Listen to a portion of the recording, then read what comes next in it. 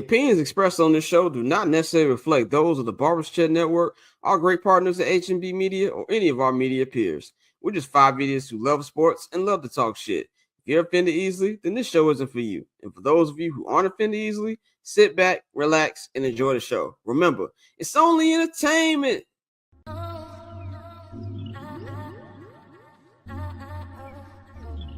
So cool. Triple double hat trick, I know the code too. Ice trade, go for trade, yeah we cold too. Getting paper on these player haters, old news, money on the other line, so I'm not gonna hold you. Money on the other line, so I'm not gonna hold you. Money on the other line, so I'm not gonna hold you. Money on the other line, so I'm not gonna hold you. Money on the other line, so I'm not gonna hold. My agent just said we made 100 flat. Make it back and make it stack this like no Steven Jack. Put my rings up in the camera like I needed that. Up in the air and at the rim is where I meet them at.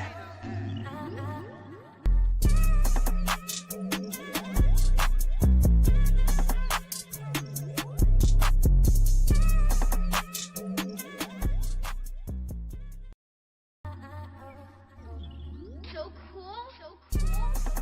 Triple double hat trick, I know the code too. Ice trade, go for trade, yeah we cold too. Getting paper on these player haters, old news, money on the other line, so I'm not gonna hold you. Money on the other line, so I'm not gonna hold you. Money on the other line, so I'm not gonna hold you. Money on the other line, so I'm not gonna.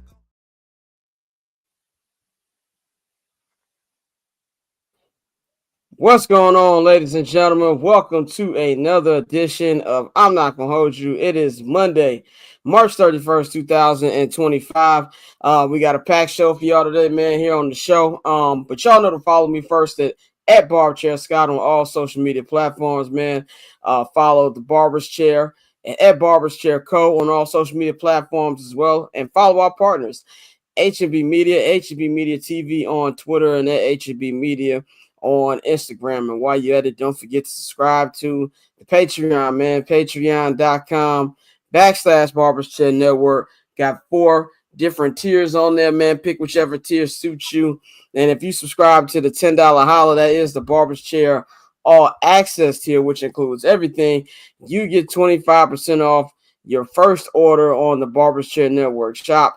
That is the bcnetshop.com, man. We got some dope stuff coming on the site real soon, man. So look out for that.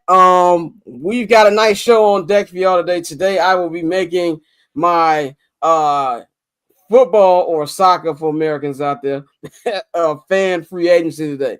What team will I be choosing? I've been doing research over the last 2 weeks on which team should I choose. I've narrowed it down to 4 possible contenders. We will pick at the end of the first hour what is going to be, man. So stay tuned for all that on the show. So right now I'm going to bring in my co-host for the evening. We've got the one and only JR Bang. You can follow Bang at all social media platforms at JR Bang.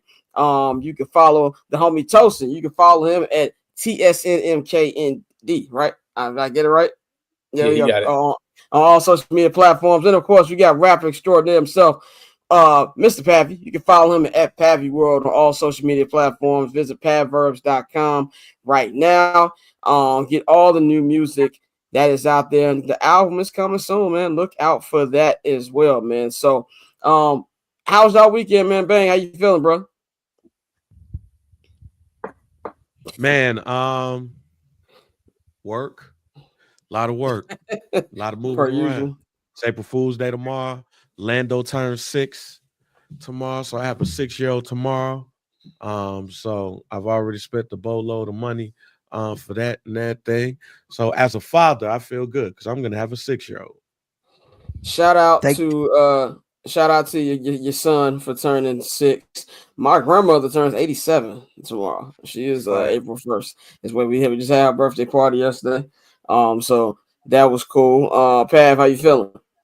I'm good. Bang. Thank you for reminding me it's April Fool's Day tomorrow. Cause thank you for reminding me that. because somebody's definitely probably gonna do an April Fool's thing. Thank you for reminding me, and I would have forgot. Oh yeah. But thank you for reminding me. But I'm good. I'm chilling. I can't complain. Yeah, I can't complain, man. Tosin, how you feeling, brother? I'm good, man. Also, April 1st, ain't shit funny, so don't try and prank me. It's not funny. Nothing's funny. Yeah, I never believe anything on April 1st, man. Nothing whatsoever. I'm not falling for the April Fool shit. And I also think if you're a certain age, you shouldn't be doing April Fool shit. So, and maybe that's just my fake mature tweet of the day. Orlando called me Harold's Michael Richards. That's funny as hell. But I want to say, first of all, and a quick announcement, I'm going to be doing a Wednesday show from this Wednesday on for Patreon subscribers only. It'll be the Wednesday edition of I'm Not Gonna Hold You. It's gonna be a shorter version of the current show, no longer than an hour. It'll only be me unless some of the crew is available and they want to join. Of course, they're welcome. It'll be more interview style based on there as well. So check that out. Subscribe to either the $5 tier on the Patreon or subscribe to the $10 tier on the Patreon as well. And you can get the Wednesday show from here on. I want to be putting more content out there because at the end of the day, my goal for the show is to be an everyday show once we have the budget to be able to do so. So definitely tune in this Wednesday. We got the homie Russ Dorsey. Hey, just know I ain't Woody Page, nigga. I'm just letting you know. I don't know what the hell that means, but in the around the horn thing, you do 5 days a week, nigga. I am not. I said when I'm trying to do, I have a budget, which means I'll pay you, nigga. Still, nigga. No, he said he don't want to, even if you get paid. Okay, we are finding email. Look for my email on my bio on Twitter. We're looking for replacement for Bane. Send me your text, people. You know what he sound like? He sound like what's it called? He sound like Charles Barkley. Ain't gonna be on ESPN Ocho. That's what exactly he sound like. He said, "I ain't Woody Page." That's hilarious. But yeah, man. Let's start with the first topic of the day, man. They were squabbling last night in the NBA between the Minnesota Timberwolves and the Detroit Pistons. You know the Pistons are officially back when niggas start fighting.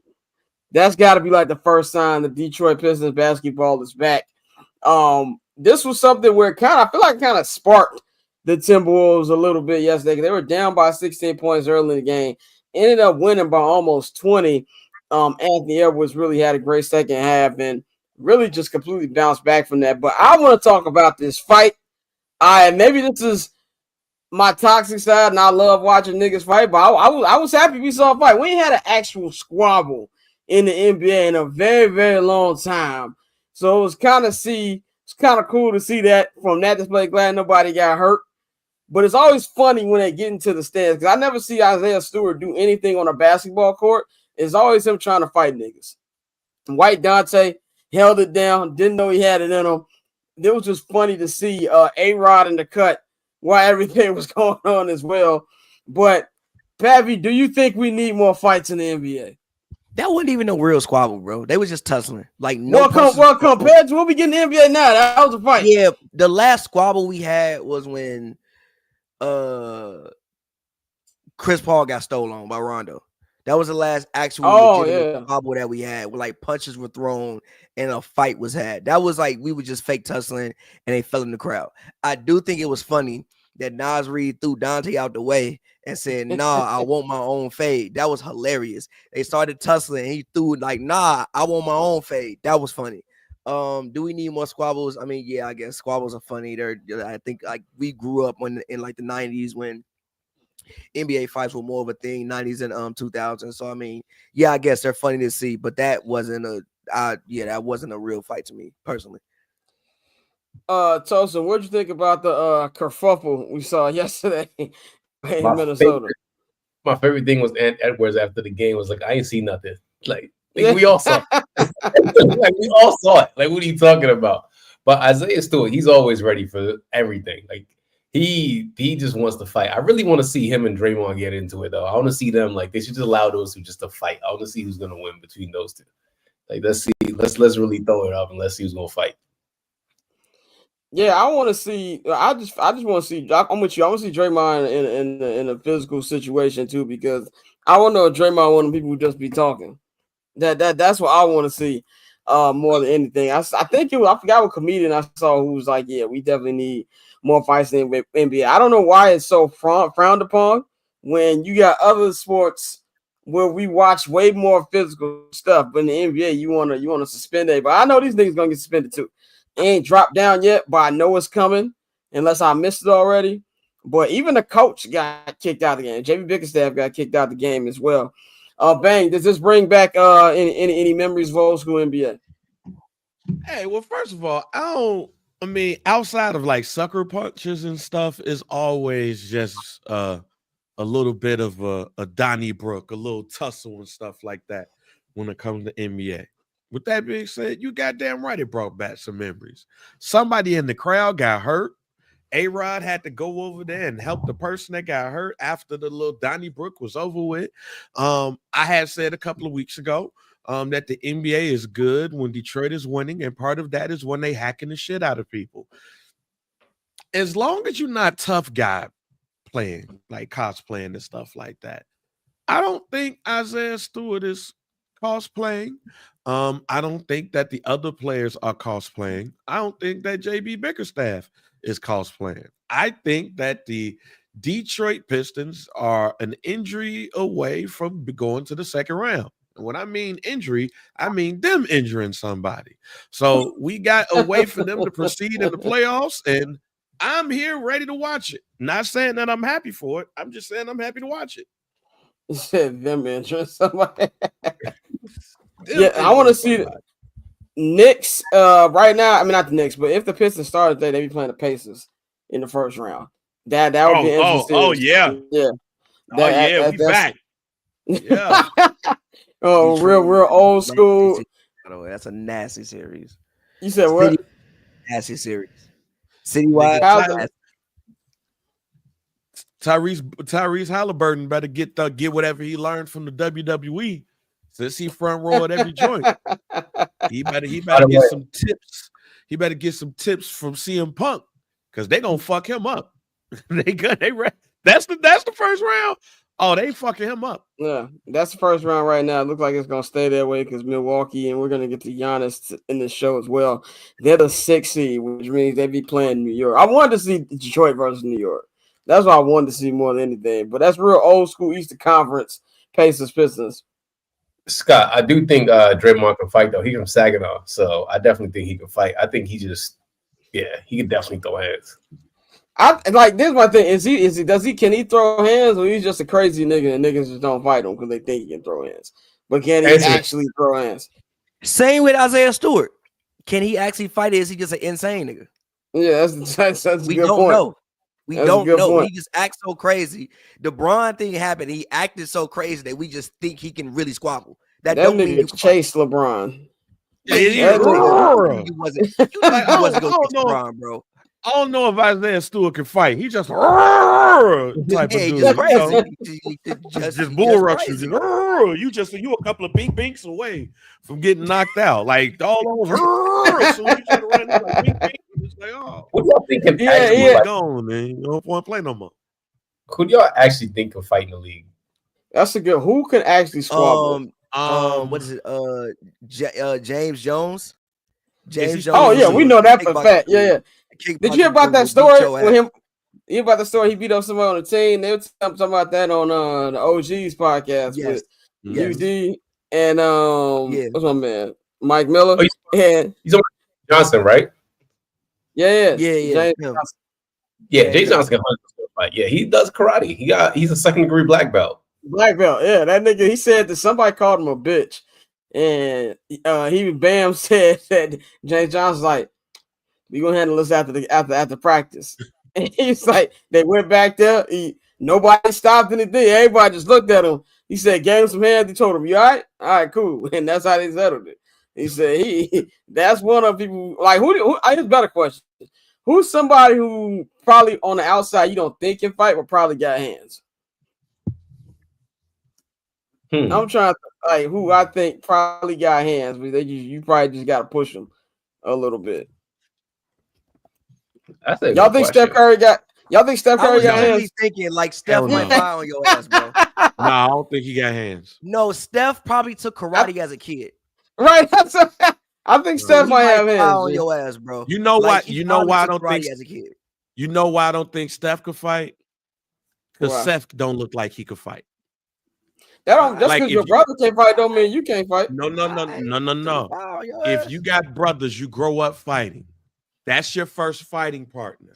If your brother looked like he can't fight, you were winning fights because this nigga's huff. You gotta have a tough. I was the only child for 13 years. All of my homies got brothers, and I learned how to fight by fighting them. They learned how to fight by fighting each other. They learned how to fight by fighting me, and I know I got hands. So I know if me and them got to fight, we good. Seth don't look like he could fight. Seth look like he telling on you, even today. So I'm not sure that Steph could fight because his brother don't look like he could fight. You gotta look at the brothers. You gotta look at the brothers. If we doing old school, I think Tim Duncan had hands. Oh, I think Tim Duncan had Virgin. Like, he's from Virgin Islands. He be walking around with no shoes on. I got more than the Morris twins. I know they can fight for sure. I think both of them niggas can fight. Yeah, easily. I think both of them niggas can fight. Like, I think not only that they could fight. You know how I know they could fight? Because the Jokic thing. Because that caught them off guard. Jokic knew what he was doing. I'm not about to square with dude. I'm just gonna go ahead and hit him in the back with Flash. And I think Markeith, I think it was like, God damn, I didn't expect that shit. But then he saw the brothers, and it was like, you know what? Carry on. Again. Well, here goes your theory. Since if we think the Jokic brothers got hands, that means you think Nikola Jokic got hands. 100%. I believe that Jokic have hands, but he's the brother that don't want to fight. He knows his own strength. Like, you fight us, don't fight them. You fight us. I know Steven Adams can fight for sure.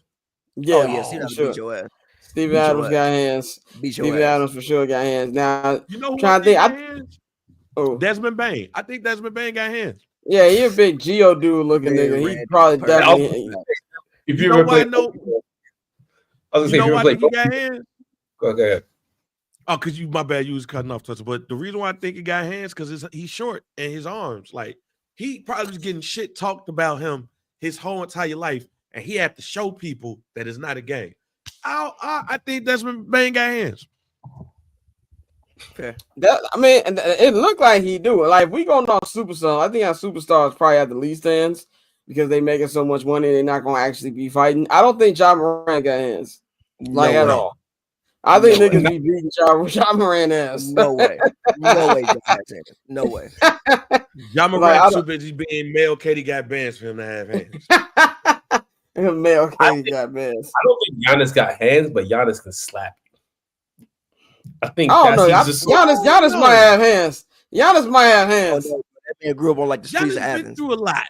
Yeah, Giannis probably like Giannis probably like, I don't want to fight you, brother. I don't want to fight you. And then you keep pushing that nigga, he knock you clean out. Like, yeah. Giannis got he probably got that. Like, he knows how strong he is. So he tries to give you every opportunity to get out of the situation. Like, you gotta remember where Giannis come from and how small he was when he got here. Yeah. The man said he walked to work. He walked to his first game. He walked to the Bucks. Like, somebody picked him up. Like, bro, for the Bucks. It was like, in Milwaukee. He got in the car and they drove him to practice. My family lives in Milwaukee. I've been to Milwaukee enough times in my life to know Giannis at that time in his life, even though you knew he was in the NBA, they looked at his ass like me. When he creased up Mike Dunleavy? Yeah, I remember that. He ran from the side of the court and just at the man after a 3 mid playoff series. I remember that. Kawhi Leonard, I definitely think Kawhi got hands.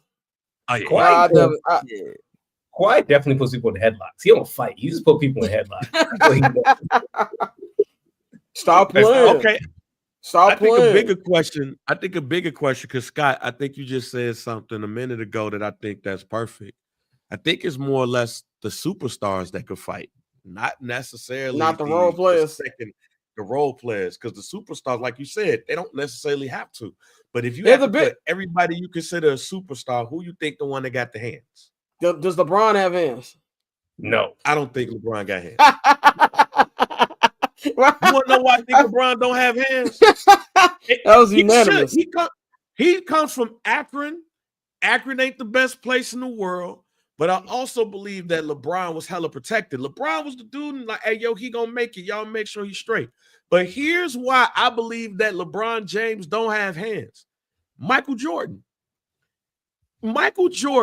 Carmelo Anthony, and those superstars of that ilk still walk in your face. That's what I'm saying. Melo got hands. Melo would beat your ass. They still walked in your face. It's like, yo, I know Mike can fight because Mike got brothers. And not only do Mike got Mike got brothers, and the way he talk about Larry, Larry, and the way Larry used to whoop his ass, Mike got hands. Mike got hands. Because his daddy might have been beating his ass. Exactly. Mike stars like Mike, Melo, even Shaq, and Shaq got connections. He might not fight, but Shaq got connections. But what I'm saying I think Shaq got hands. Yeah, but they walk in your face. Like they walk in your face and they say, yo, what you gonna do? LeBron James does this.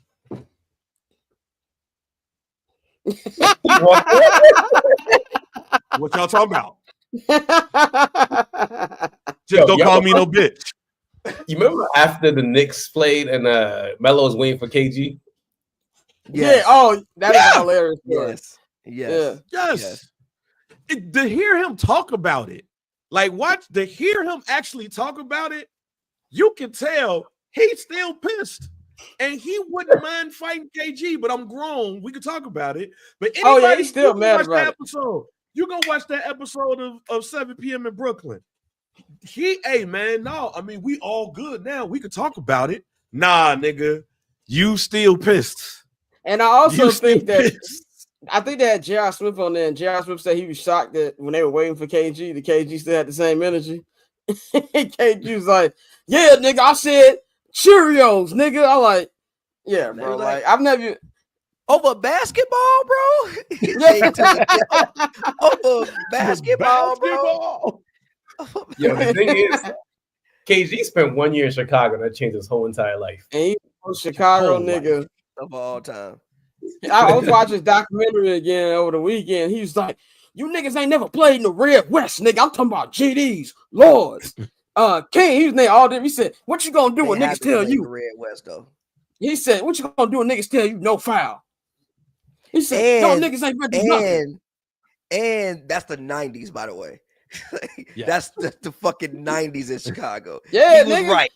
He was right. That's a different era. That's when the games to pull up the Farragut, nigga. Pull up. It's a different era, bro. It's a different era. I do not envy not being born to be a teenager in the 90s. I do not envy it.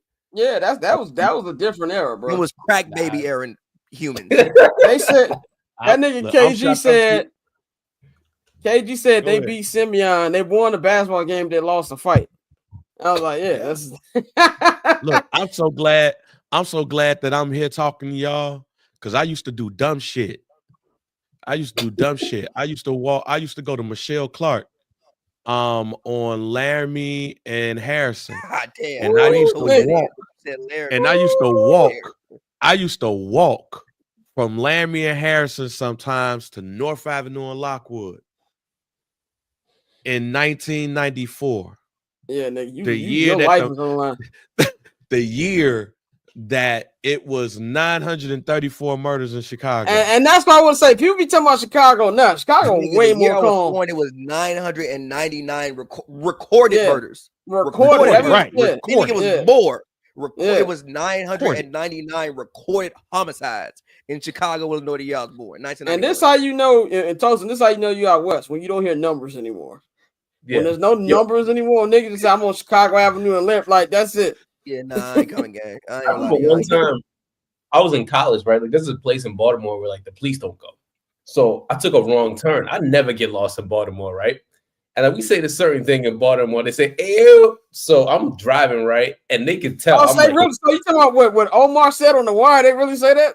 Yeah, they really talk like that. So I'm in the wrong part of Baltimore, and some dude looks at me and like, ew. He goes, you gotta turn around, little nigga. I ain't never done a 3-point turn in my life so fast. I'm gone. I got that car. I got out of there so fast. But it's like, yo, it's like when a nigga was. It's like when a nigga in Chicago tell you check it out. They say check it out, bro. Don't ever check it out. Never check it out. And you go the other way. Orlando, I was 12 years old doing that shit. Had no reason. Reason doing that. All selling my tokens to get some money, and then just walk that far. My mom be at the damn porch crying and shit. What ticket? Like shit, I walked. Fuck you walk for? And then she go from crying about to whoop my ass. But yeah, nah.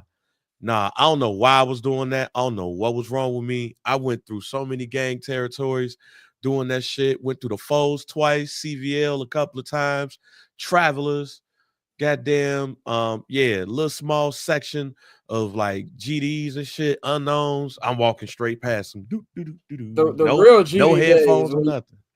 The real GD days when you couldn't say G. Like only the G's could actually say G. Like niggas just say G all the time now. Like, yeah, you couldn't say that back in the day, nigga. It'd have been a problem. Like, yeah. So for all you niggas who be scared of Chicago now, it's actually Tiny Toon Adventures compared to how it used to be. You know, I'm saying that right now. But let's move on to basketball, man. Let's talk about the guy who's gonna be the number 1 draft pick this year. That is Cooper Flagg. Cooper Flagg and the Duke Blue Devils are in the Final Four.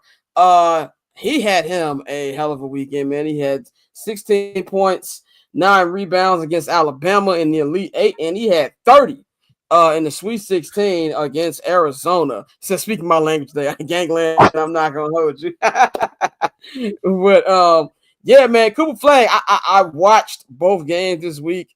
I don't know why I'm watching like I'm scouting like the Bulls got a chance, but they don't. But I was watching the game, and the first comparison that came to my mind watching this kid is he looks like a white Jason Tatum. And by the way, I thought that nigga was mixed for a long time. And by a long time, I meant until last year when I watched that starting 5 on Netflix. Like, hey, he got 2 black parents. Okay, didn't know that. But that's who Cooper Flagg kind of reminds me a little bit. And he looks like a more aggressive Jason Tatum. Even though Jason Tatum, I give it to him, has been very aggressive this year, even more than I saw last year.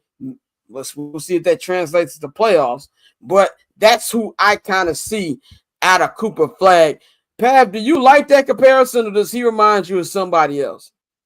I don't like that comparison, but I don't like that. Granted, I'm not going to sit here and act like I watch a whole bunch of Duke games. I've not watched a whole bunch of Duke games. They're in the Final Four now, so I'll probably pay more attention to these games. I think they have a very great shot at winning it all. But for what I've seen of him, I would make the comparison as you could either be Scottie Pippen or you could be Josh Smith. For me, when I look at Cooper Flagg, I think that that's a crazy extreme. It ain't though. Either Hall of Famer, either first ballot Hall of Famer or Josh Smith. It ain't though. Like Scottie Pippen is the evolved version of all like the point forwards who could play point forwards. He's the best one outside of LeBron James. He's the best one who's done it. And I think that's what I see from Cooper Flagg. I don't know if Cooper Flagg is gonna be. I don't know if Cooper Flagg is gonna be someone who scores 30 a night in the league the way Tatum. Tatum don't score 30 a night, but he gets close to 30 a night. I don't know if he's gonna be. Tatum didn't score 30 a night right away. It took him a couple years. Yeah, but he averaged like I think 18 his rookie year, or like 16 or something like that his rookie year. Like he can average 16, I believe. I think that Cooper Flagg might be a guy who might give you again. This is the great stat line: 22, 8, and 8.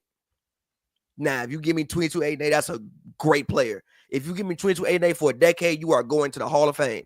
But I don't know if he's going to be a guy who can be your number 1 option on any basketball team. I don't know. But I do like his defense. I think he passes and sees the game very well. But I'm not gonna lie to you. It could because he's white. But I'm not saying it's definitely because he's white. No, listen. I'm not gonna lie to you. But I'm not as like he.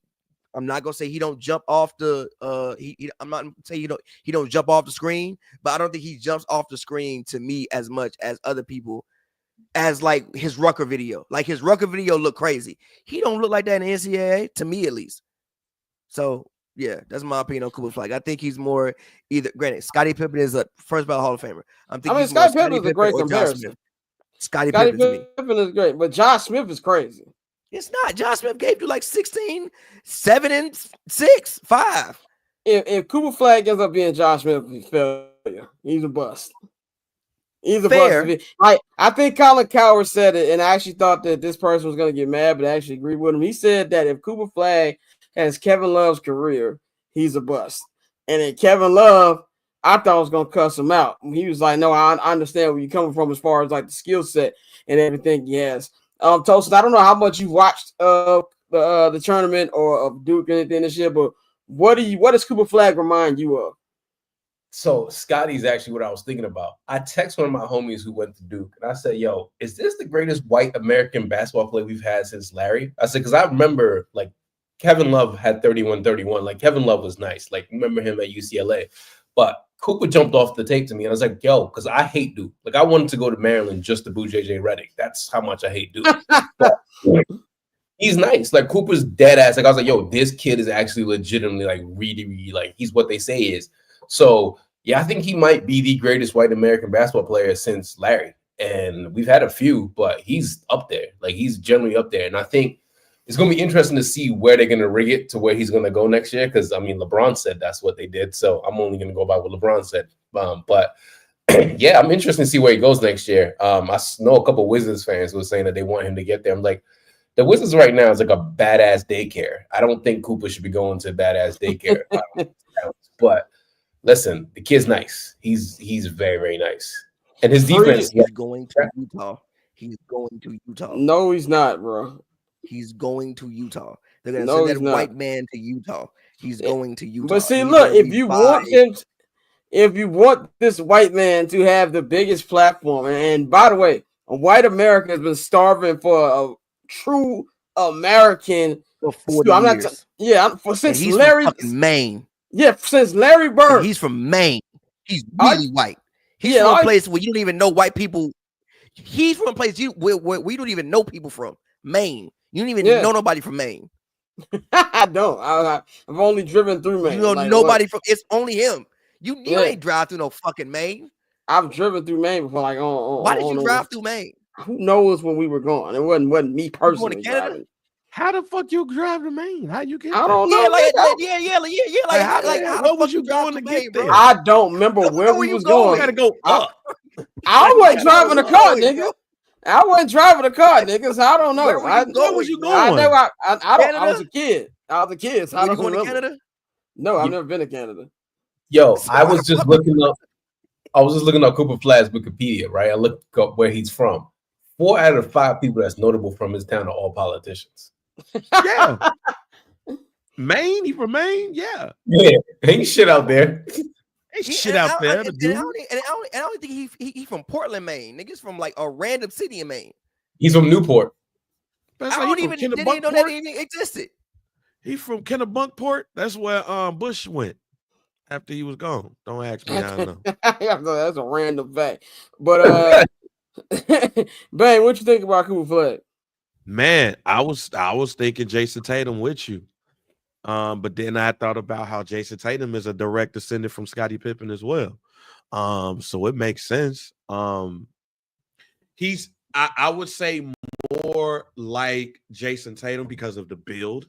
His body he just seems a lot thicker than Scottie Pippen. Scottie Pippen was a skinny, that's a double pause. It's a double pause. He was a skinny, lanky, small forward, whereas Gordon, excuse me. Cooper knows he has something to him. So I was thinking more to Jason Tatum, but it does make sense. That's just really hard to just all of that is pause, but y'all get what I'm saying. He has something to him. It's crazy, by the way. He has something to him. It's crazy. Yeah, that was nuts. Trying. Like, I don't want to put him, but see, here's the thing. And this might sound bad, what I'm about to say. even though they rave about what he was doing during the Team USA practices, USA Team Select. He's not going to be Gordon. He's not going to be anything more than Gordon Hayward until I actually see him out there, because it's not like we've not had these great white hopes before. Shit, niggas thought when Danny Ferry came into the NBA that he was going to be the next Larry Bird. Like I saw I think it was Gilbert Arenas that said that being called the next Michael Jordan is a definite self. There's no way for you to win by being the next Michael Jordan. Well, I think it's worse by saying that somebody's going to be the next Larry Bird or the best white person since Larry Bird, because there's going to be a whole bunch of white people who are the majority of the United States that are going to be hoping that you fulfill the legacy of one of like Larry Bird.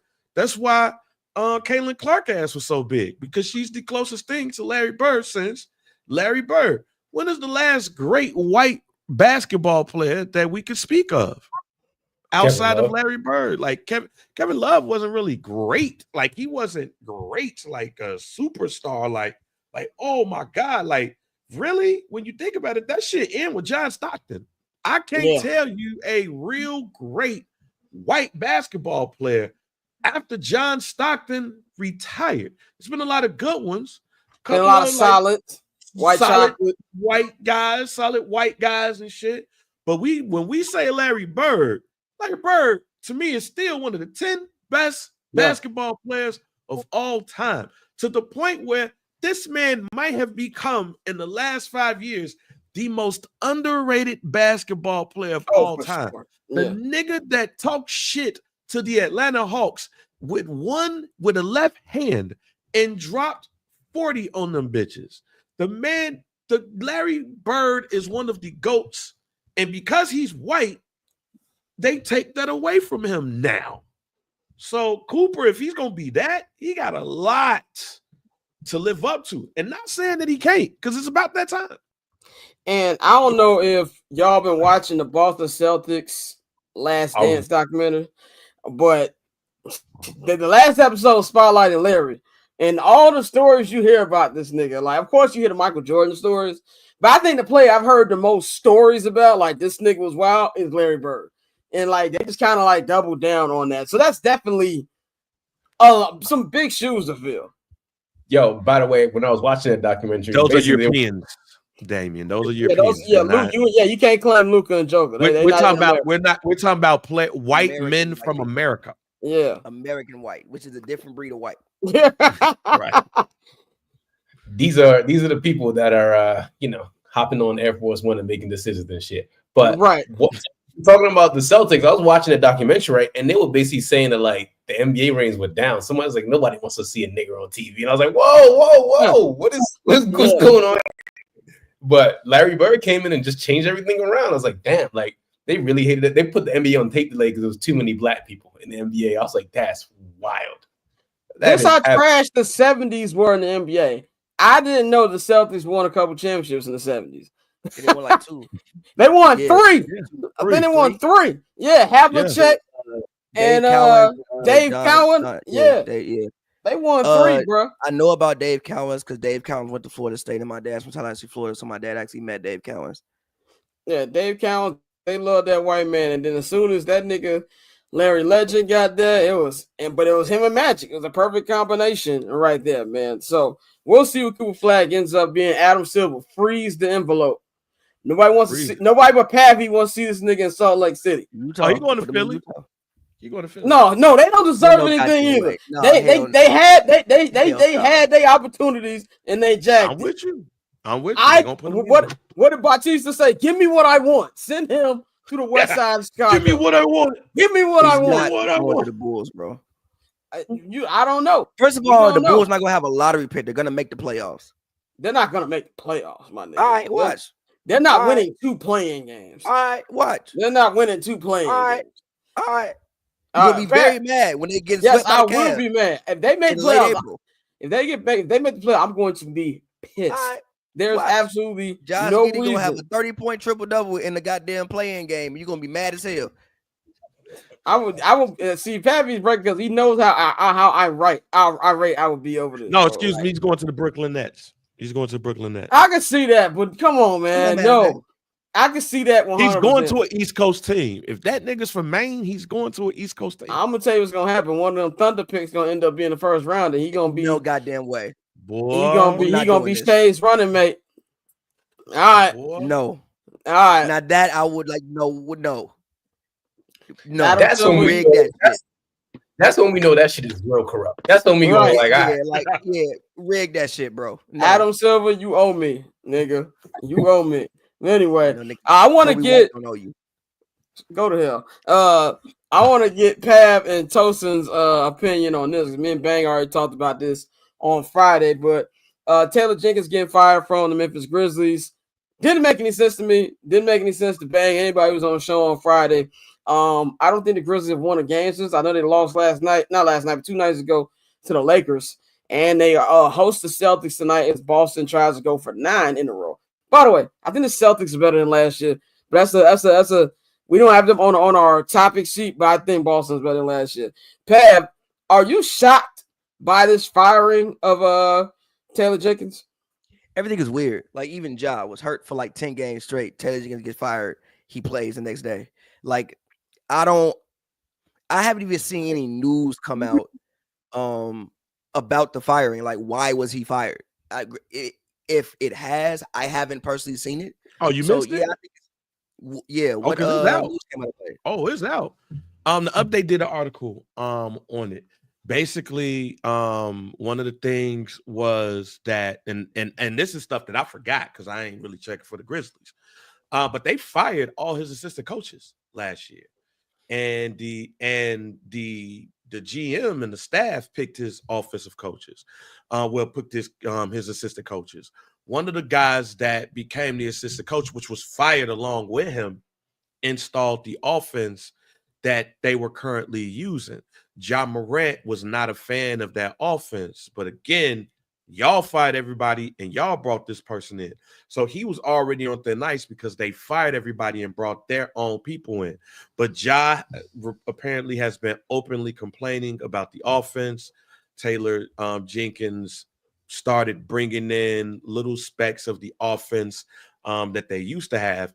But going into 9 games left in the season, they reportedly believe that they don't think that the team is going to be making they're going to be making it far in the playoffs.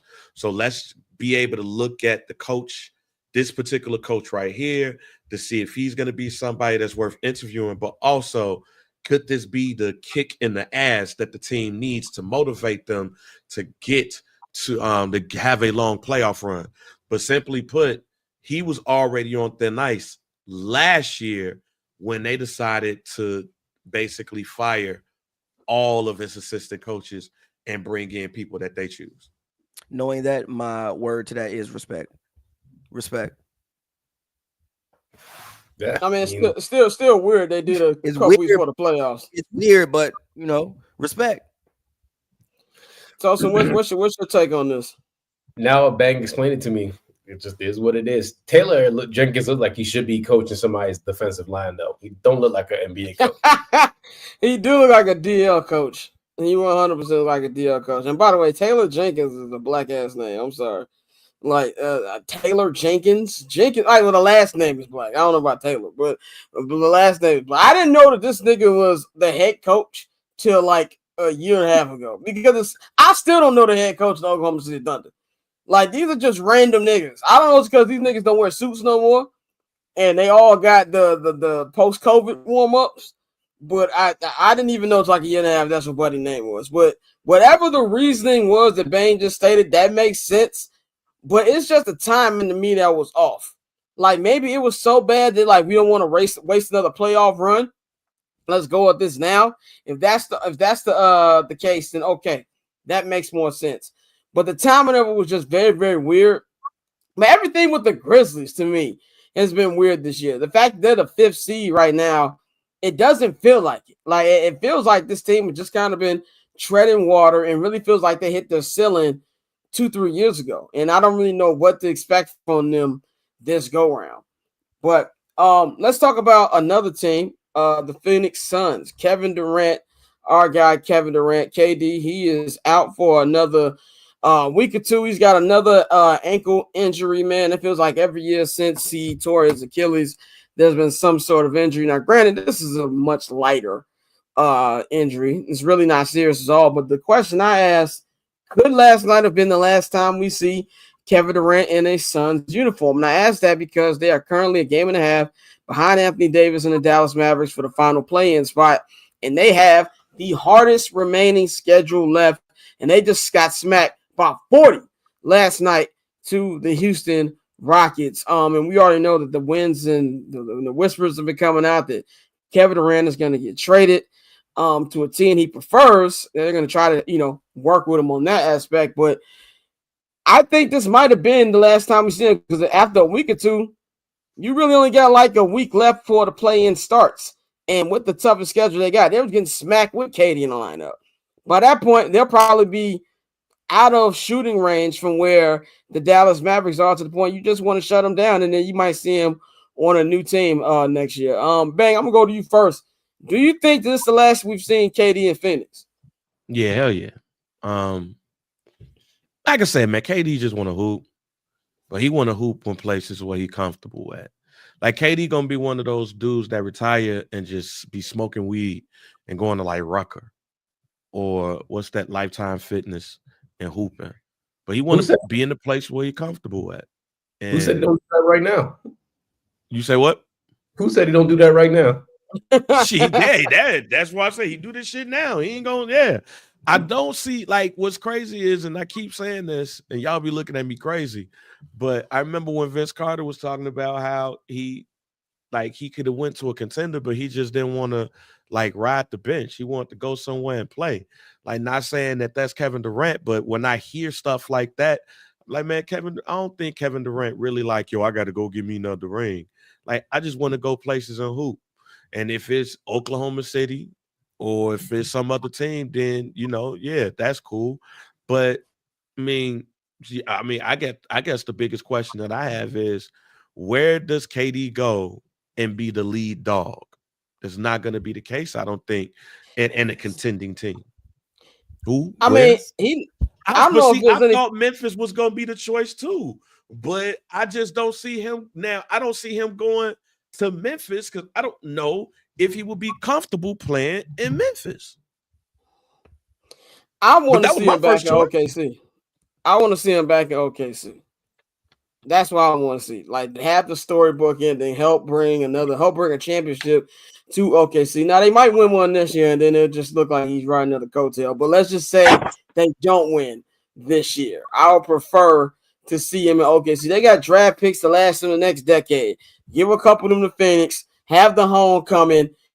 He was on the first ever Thunder team. To me, that would be the perfect story. But I'm with you. I don't see any way we see the Phoenix Suns uniform get put back on. I remember when the trade happened. I trade the whole little B3 they put together never made any sense to me. Now, granted, I didn't think it would fail the way it did fail. I did think it'd be better than what they were. I did think they could at least win a playoff round, but that they weren't able to do that at all. So that to me is something that would they severely underachieved, but he's really just become a very, very talented journeyman since he's left Golden State. And so no matter where he goes next year, he's going to be a higher gun and not necessarily the number one person on the team. Pav, what do you think is next for KD? Another team, and for somebody as great as KD is, I think I hate to say this, but I think his career is ending. I don't want to say sadly, but like sadly. Like, you haven't played relevant basketball in like 3 years. Obviously, the Brooklyn situation didn't work out. It wasn't necessarily your fault it didn't work out, but it still didn't work out. Ever since his foot was on the line, everything has just gone completely south. I think that, yes, he'll probably get traded in the offseason, mostly because Phoenix has to trade him because they don't have any draft picks for the next 4 years. They probably have they have one of the most morbid situations in sports currently right now. They don't have any draft picks, so they can't get better. So you have to trade off your assets. Meaning you have to trade either Devin Booker or Kevin Durant because Bradley Beal has a no trade clause and he has $60 million left owed to him. probably nobody's gonna even match the salary for Bradley Beal. And with the second apron, you have to match salary. Like, you can't even take on more salary or less salary. You have to match salary. So yeah, he'll get traded this offseason to somewhere. And again, we'll see where it is. And like, you're right, he'll be a higher gun for like wherever he goes. I do think the Denver thing would be nice. OKC is great, but like Bang said, it got to be someplace where he wants to go. If you look at the cities he's been in really cool cities. The Bay, San Fran, fire. Phoenix, fires. People don't know, but it's fire city. Brooklyn, fire. Like, so he's been in really cool spots. So as far as like where he actually wants to live, we'll see. We'll figure that out at this offseason. But yeah. And I'll say too, like you to my Bradley Beal. Bradley Beal gonna have to want to go somewhere too, nigga. He got no trade clause. He has no trade clause. Yeah, he lets people know every day. I'm really glad I got a trade clause. I don't know whoever that nigga agent is, but salute to him or her. Because if there's anybody on, like, out of all the superstars who's having no trade, Bradley Beal being one of them is crazy. Tosin, what do you see as like the next chapter for Kevin Durant? He's just gonna go wherever the hell he feels like. Honestly, KD at this point is he's just hooping. Like, he's literally just out there having fun. He's just being a kid again. And at this point, his legacy's sealed. He's just doing whatever he can until he retires. But back to Bradley Beal, he's a first ballot scammer. And shout out to his wife blocking me way back in the day. She blocked me. I asked her a question about the vaccine and she blocked me. But yeah, KD just gonna do whatever. They need to bring back the Supersonics and send them out there and really call it a chapter. Yeah, it's kind of crazy. I know where he's we not still going. ain't brought the Sonic stuff. Well, I know where KD's not going. Where? Washington. Oh, He's yeah, not of course going not. home. That's the one place I know he ain't going. Yeah, absolutely. Whether they was good or not, he ain't going. He do not want to hoop. He do not want to hoop where he lived at. Growing and up. I think he said that on record before that he don't want to play where he lived at before. So, but yeah, them niggas. So, like you said, if we gonna be talking about, they need to be relegated, bro. Send the Wizards up out of here, my nigga. Like, that's one of the worst teams I ain't never seen in my entire damn life, bro. Let's talk about another superstar, another former MVP, Mr. Giannis Antetokounmpo. But the Milwaukee Bucks, man. We talked about them last week or 2 weeks ago on the show, and we were talking about Dame Lillard, and people not probably remembering Dame the way we want him to remember. Now he's out, blood clots. Hope he gets healthy. Hope all that's good, because anytime you hear about blood clots and you're a hooper or athlete in general, not a good thing. But this team post championship ain't been nothing. Like, honestly, each year they've gotten worse and worse. And the trade for Milwaukee for Dame Lillard, which Pav, you called from the jump. I remember the second the trade went through, Pav was like, I don't see what this is gonna do. And it's done nothing. Last year in their first playoffs together, both of them got hurt. This year they went from a top 3 record in the Eastern Conference to now they're the last actual playoff seed and should be facing the New York Knicks in the first round if the playoffs start today. My question is, should Giannis demand a trade? We've heard him say year after year that he's only loyal to what the front office can do for the Milwaukee Bucks, which should be. I still think there's a lot of great basketball left in Giannis. I think that any other team out there would be a contender with him depending on the rest of the roster. If I'm him, this season, to me, unless it's something that I just don't foresee happening, is going to be a first-round exit. Another first-round exit. Giannis the Bulls. That's not going to happen, like, at all. The Bulls are never trading for a superstar. Let's not even try to think about that. Like, for that trade would have to happen. I'd have to actually see him at the United Center before I believe that trade actually went through. But Giannis, I believe, should demand a trade. He's got a lot more years left to play really, really good ball. You need to maximize this right away. If you're Milwaukee, you won your championship. It's not going to happen again. The Eastern Conference has gotten so much better. I think he's going to put pressure on the front office, and I think he's going to actually demand a trade. I think that's going to be one of the blockbusters we hear a little bit after or maybe a little bit before the NBA draft. Pat, what do you think about Giannis? Should he demand a trade, or you think there's going to be a way he can stay in Milwaukee?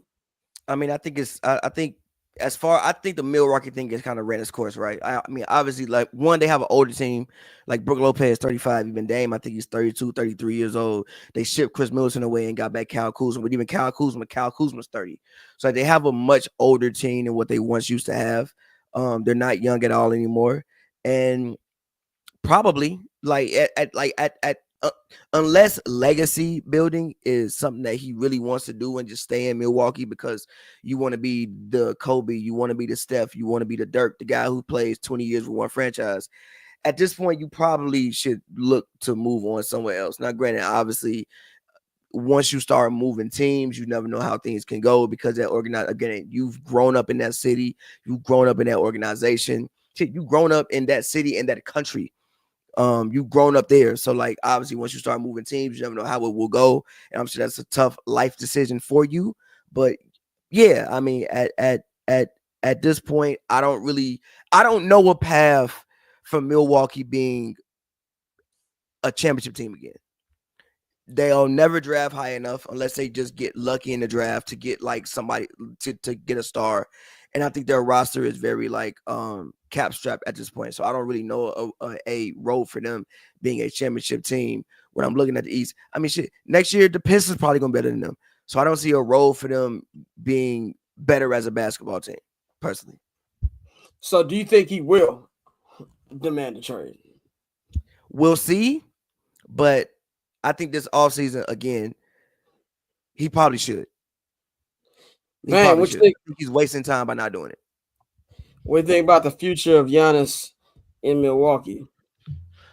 I think it's going to run its course this offseason. I just don't see him.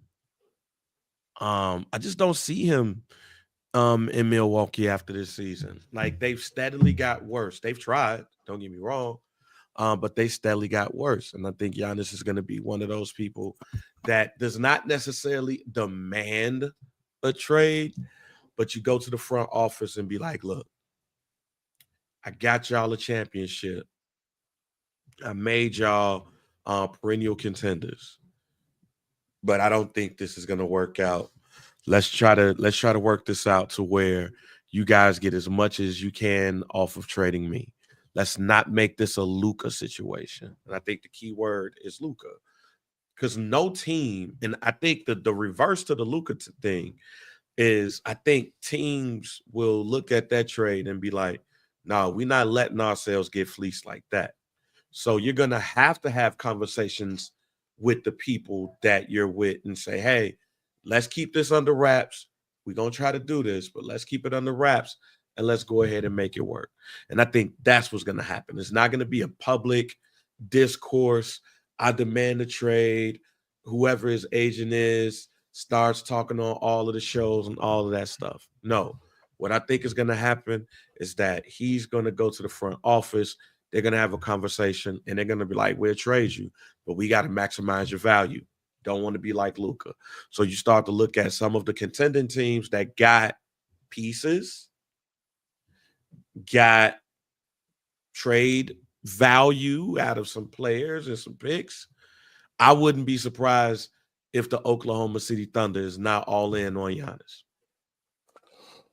Tosin, what you think about that? I think the Thunder name is pretty important because I feel like we're all waiting for what's the big joker for the Thunder with all those damn draft picks they got. But where do you think that Giannis's future lies?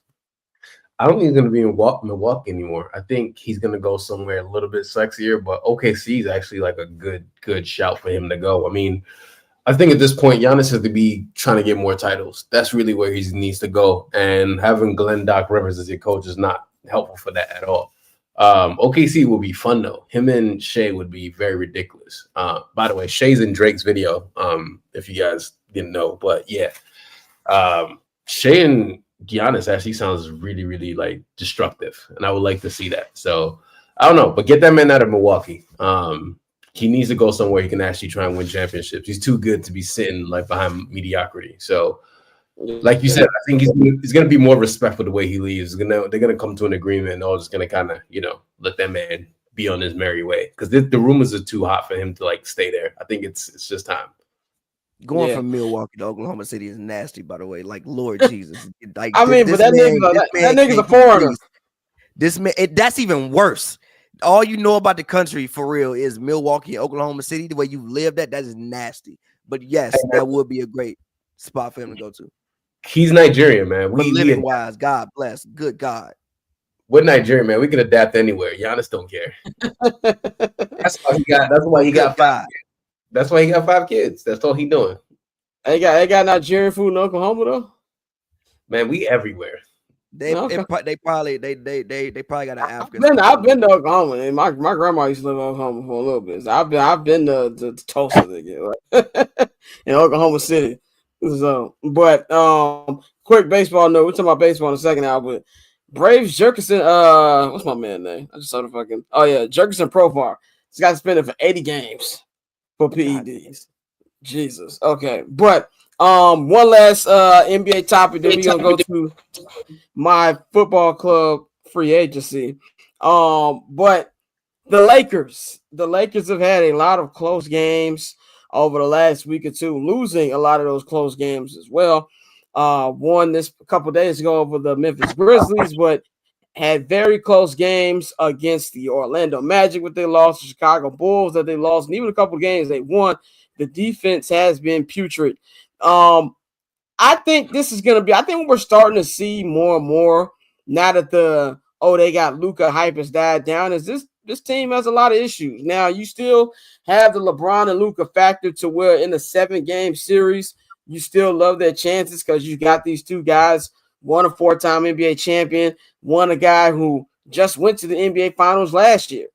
And you have a team that looks like they're pretty well constructed from what the pieces they do have right now. But the defense they've been playing lately is a real Achilles heel to me. I love Luka. He's one of my favorite players in basketball currently. But he might be top 5 worst defender I've ever seen in my life. LeBron is not the defender that he once was. Do I think he'll step up when the playoffs come? For sure. But he's 40 years old. There's only so much stepping up he can do. My question for you, Pav, is do you think this defense for the Lakers is that big of an issue, or are they just going through a tough stretch now? I think it's a combination, right? Like, I think that number one, you have Austin Reeves and Luka Doncic in your backcourt. There's only so much defense you can have. Like, again, Luka should go and hug LeBron for that tap in against the Pacers. Because I swear to God, if he didn't tap that ball in and they lost that game, oh my God, there would have been a defensive reel on Luka, because that last minute of defense was literally horrific. It was horrific because, like, one play, the Nembhard play, looked like his controller died. Like, you stopped. You just stopped playing defense. It wasn't like some of the other ones you just got beat. It is what it is. You got beat. That one was like, it looked like your controller died mid-play, and it's a 6-point game. What the fuck is that? So, no, I think the defense is a real issue. Obviously, you have Jackson Hayes in the middle with Jackson Hayes. Granted, I think that Jackson Hayes, since Luka has come over, he's been more of a lob threat. He's been better, but it's still, I don't want to disrespect Jackson Hayes, but it's still Jackson Hayes, right? Like I said, like, you would need that to be Tyson Chandler. And unfortunately, at this moment, Jackson Hayes is not Tyson Chandler. Is that something that he may grow to be? Who knows? But at this moment, he's not Tyson Chandler. So, no, I think the defense is a real issue because of just the pieces you have. I think you have a better backline defense. I think Rory is decent. Like we said, Braun, obviously we know what Braun is, but Braun's 40. You have Dorian Finney-Smith. Like, you have those guys on your backline, but your front court will only allow you to play a certain level of defense. So, no, I think it's a real issue.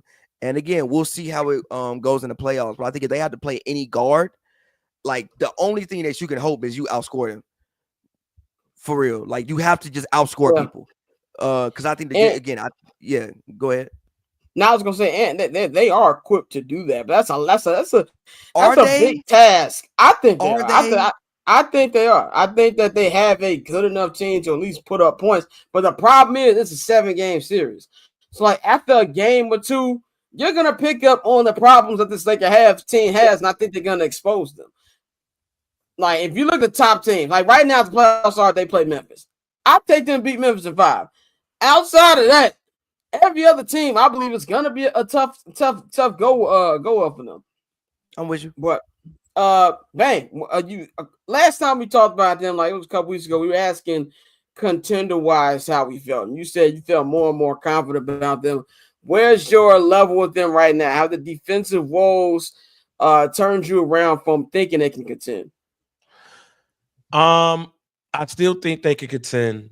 That don't mean they're gonna win shit. I just think that because of the age and the experience, if they could get past Memphis, of course, that's the 4-5 matchup. And I think the onus is really on the Oklahoma City Thunder to show the world that they really them.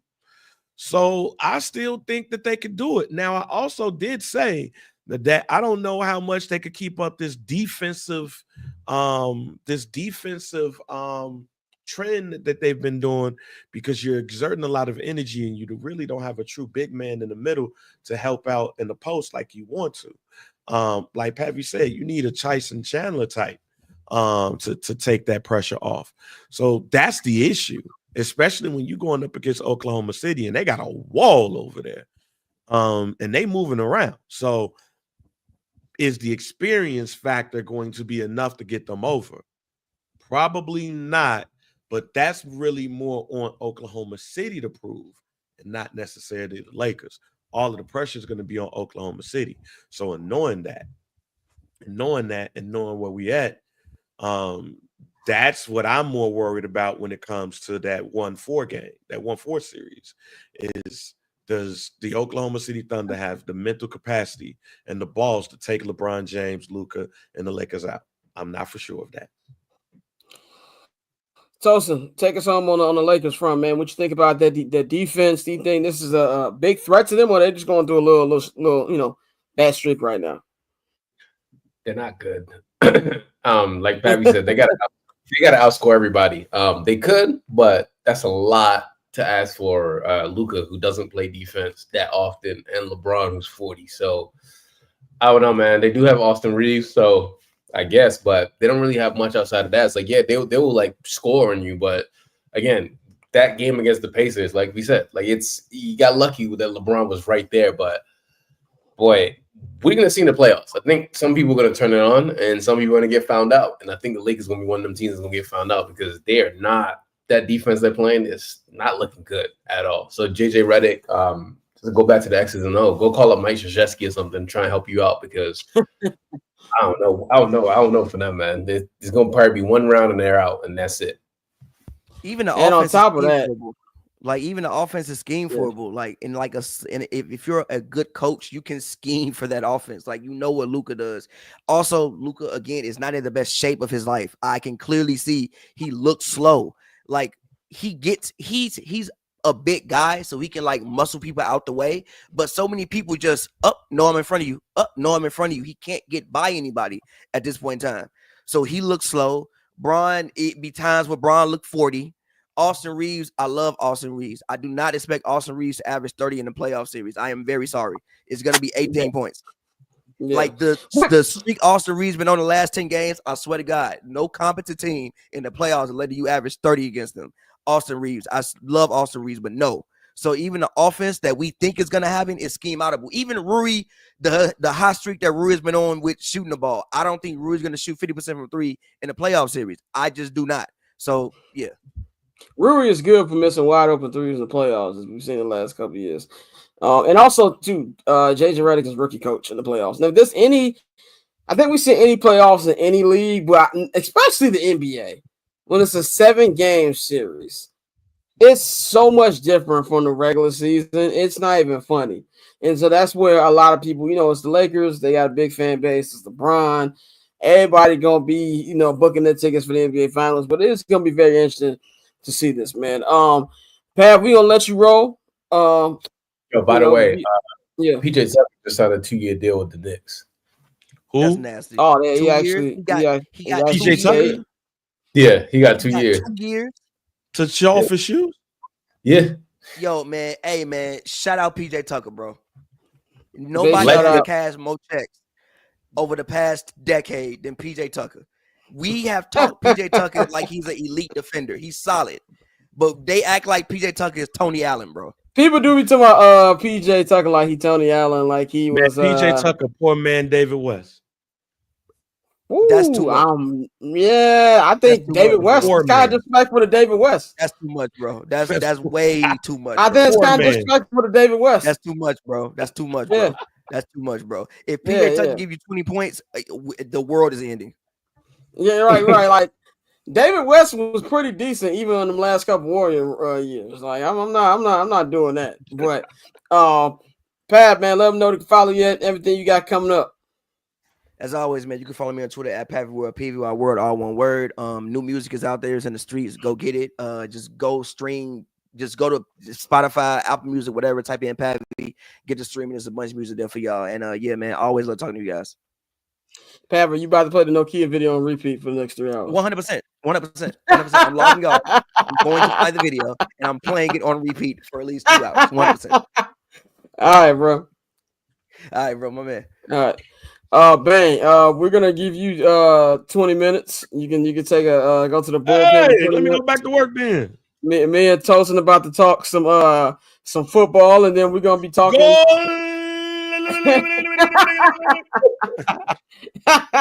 So yeah, Bang be back in 20 minutes. We're gonna talk European football now, then we're gonna talk American football after that, man. So what we're gonna do now, man, is it's decision time, as you see right here on the screen. I have started watching football these last couple weeks, like good music choice in the background, and I've been going through the process of trying to find a Premier League team to root for. Now the Premier League returns tomorrow. I will be locked in while I'm doing my work at the crib. I will be watching these games. I watched some FA Cup games this weekend. I watched a lot of the La Liga, the Spanish league games. Watched Real Madrid this week. Mbappe went crazy in one of the games. So I've been doing my thing, man. So I decided to pick a team. Now we've got 4 contenders of who I am picking from. So let's roll. I'm gonna give Tosin's gonna be the Jim Grant is. You're gonna ask me why I would consider each of these things. All right, let's go. Let's get it. I am super nervous to know who you're gonna pick. I think I have an inkling. After talking to you on the side, I think I have an inkling. But let's go. Do we have the list of teams that we want to roll out? Yeah. So the list of teams. Let me bring it up. There we go. So here's the first contender right here. Yeah, so this is my team, Manchester United. Scott, talk to me about Man United in your findings so far. Funny thing is, Manchester United was the squad that really, when I was watching and deciding to get into the game, was the team's history I was learning about by watching David Beckham's 4-part documentary on Netflix. He was on Man City legend. I looked up a lot more about the team. I love the colors. Obviously, I am a Chicago Bulls fan, so I like anything with red up in there. Had a legendary run. Had one of the best managers of all time, Alex Ferguson. Real decorated history. And it kind of reminded me of my Chicago Bulls. Real decorated history in the 90s. Nice traditional winning. But both teams haven't really won that much since. But that was one of my main things. And I just love the color scheme as well. And David Beckham's the man. So on top of that, this is why this is a very strong contender for me. Okay. And the next team, we need the next team to figure out who Scott's going to pick. Gross. Man City. Man City. So, Man City is a very, very high contender for me. Number one, their coach, Pep. He's the king of the memes. Before I even knew about the game and everything, he had some of my favorite memes that we need that we will be there. Those were all hilarious to me. But they've dominated the Premier League the last 7-8 years. They've won 4 Premier League titles in a row. They've been to 7 straight FA Cups, and they really have, got back into really dominating since Pep became the coach back to 2016, 2017 team, if I'm not mistaken. I watched all 8 episodes, they All or Nothing series, and I really liked what I saw from there. So that's why they are a high contender as well. So let's see the other 2. Arsenal and Liverpool. Talk to me about both these teams. They both wear red, which is apparently your favorite color. So yes. Hopefully, you won't wear red when you're in LA. But talk to me about these two teams. Yes, exactly. I am not blood affiliated, but I do like the color red. Arsenal. I like a lot of things about Arsenal, man. I think that the colors, obviously the color scheme. I love the logo first. I don't know if it's because the American in me that we love the color with the gun that was on there, but I do like I like how they feel looking. They also got a big future. I like a lot of the players they've got. You know, they've got a lot of young talent that they've got coming up. They've really switched, from being in the projects these last couple of years before their head coach got there. And I really like their young player, Bukayo Saka, who will be back in the lineup tomorrow. He's been out since December. You can tell I've been doing my research, and it kind of look like I'm fake know what I'm talking about. But I also kind of feel like they're a team on the rise. Like they've been, stuck in the second spot in the Premier League the last couple of years, but it kind of feels like they're close to a breakthrough if they can just get a player or two in there. And we also talk about history. My man Thierry Henry, that boy's cold. Not only was he cold when he was playing, also one of my favorite media personalities out there as well. And they also have a nice long history of having black players on the team. So that was very important to me when doing my scouting. Now, Liverpool is an interesting thing. I only had one person. He said, I heard Liverpool is the Pittsburgh of London. Liverpool and London, two different English cities. Liverpool's all the way up in the northwest. But ain't shit in Liverpool. But they got a nasty accent. Nasty accent. Yeah, if you ever go on TikTok, look up a Scouse accent, and you'll hear it and disgust it. But Liverpool is currently number one in the Premier League. They've got I think a 12-point lead over Arsenal right now. One thing that kind of stood out, by the way, I only had one person pitch me Liverpool. That was shout out my boy Nick. He was like, yo, come join us in Liverpool. I watched the All or Nothing series with Man City, and when they visited Liverpool, not granted, I'm pretty sure all these teams have racist vibes with them, but it felt real racist. Like, and there ain't even really any niggas on Man City at the time when this documentary was out. They were throwing stuff at the bus, throwing them little red smoke bombs in there. It felt like they was landing on a different planet on Star Wars. So it just gave me kind of like weird vibes, but they also have a lot of players who are scheduled to be a free agency next year, which might be a problem for me, but they're a very great team. They've been playing real great. They've got Mo Salah, who is incredible. He's having a great season this year as well. He's going to be a free agent. So that's why that was a top contender for me as well. So those are my four contenders. All right, so now we got all the teams. Scott, we need you to make a decision. Who are you going to?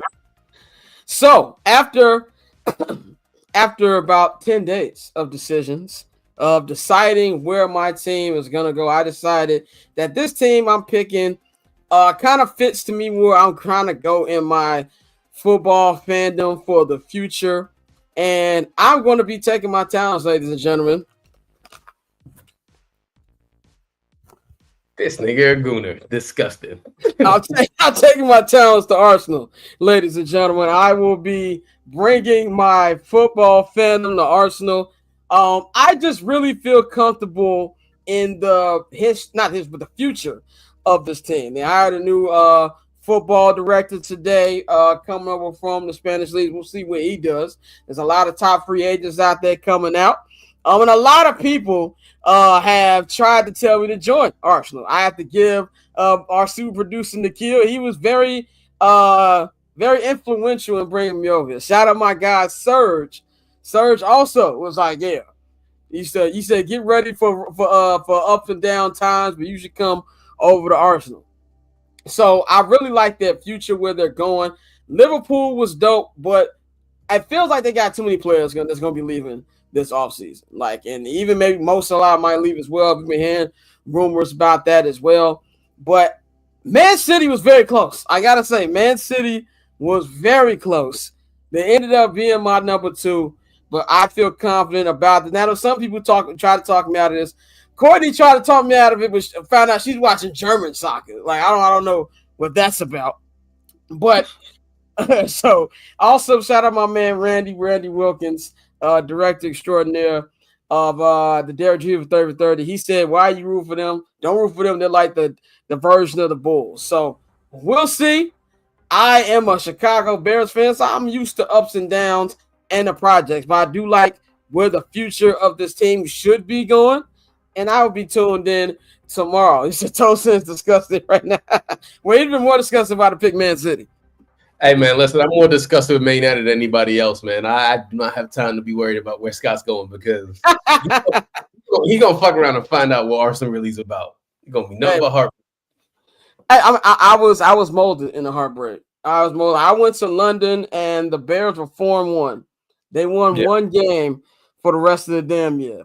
So if we're going to be mediocre, at least let's have good colors while we doing that. But we're going to take a quick 1-minute break on the other end. Tosin's going to break down some things for people to watch in this second half or last couple months of the Premier League and what people should look out for on that, man. So we're going to come back in 10 minutes. Not 10 minutes, but 1 minute. We're going to have that. And then we're going to get into some American football, obviously, and we're also going to get some baseball with Courtney as well. So we'll be right back.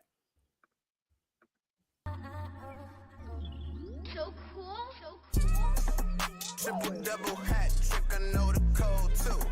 Ice trade, go for trade, yeah we cold too. Getting paper on these player haters, old news, money on the other line, so I'm not gonna hold you. Money on the other line, so I'm not gonna hold you. Money on the other line, so I'm not gonna hold you. Money on the other line, so I'm not gonna.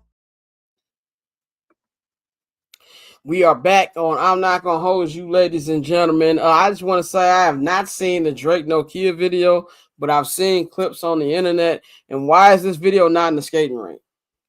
Like I haven't seen this. I don't want to go, crazy on it, but kind of feels like he went in the wrong direction here. Like the concept was very easy.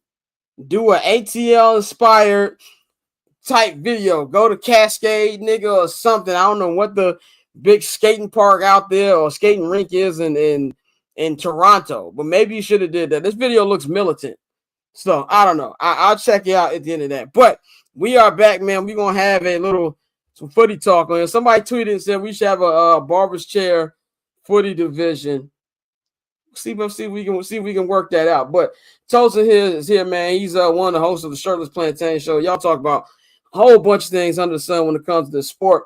Let the people know, for those who aren't too familiar for what y'all do at the podcast. I think that's important for what we're about to talk about. All right, so imagine 3 Nigerians just who's bought soccer for 30 plus years and just talking shit. That's literally what we do. We know the sport in and out tactically. We know the sport culturally.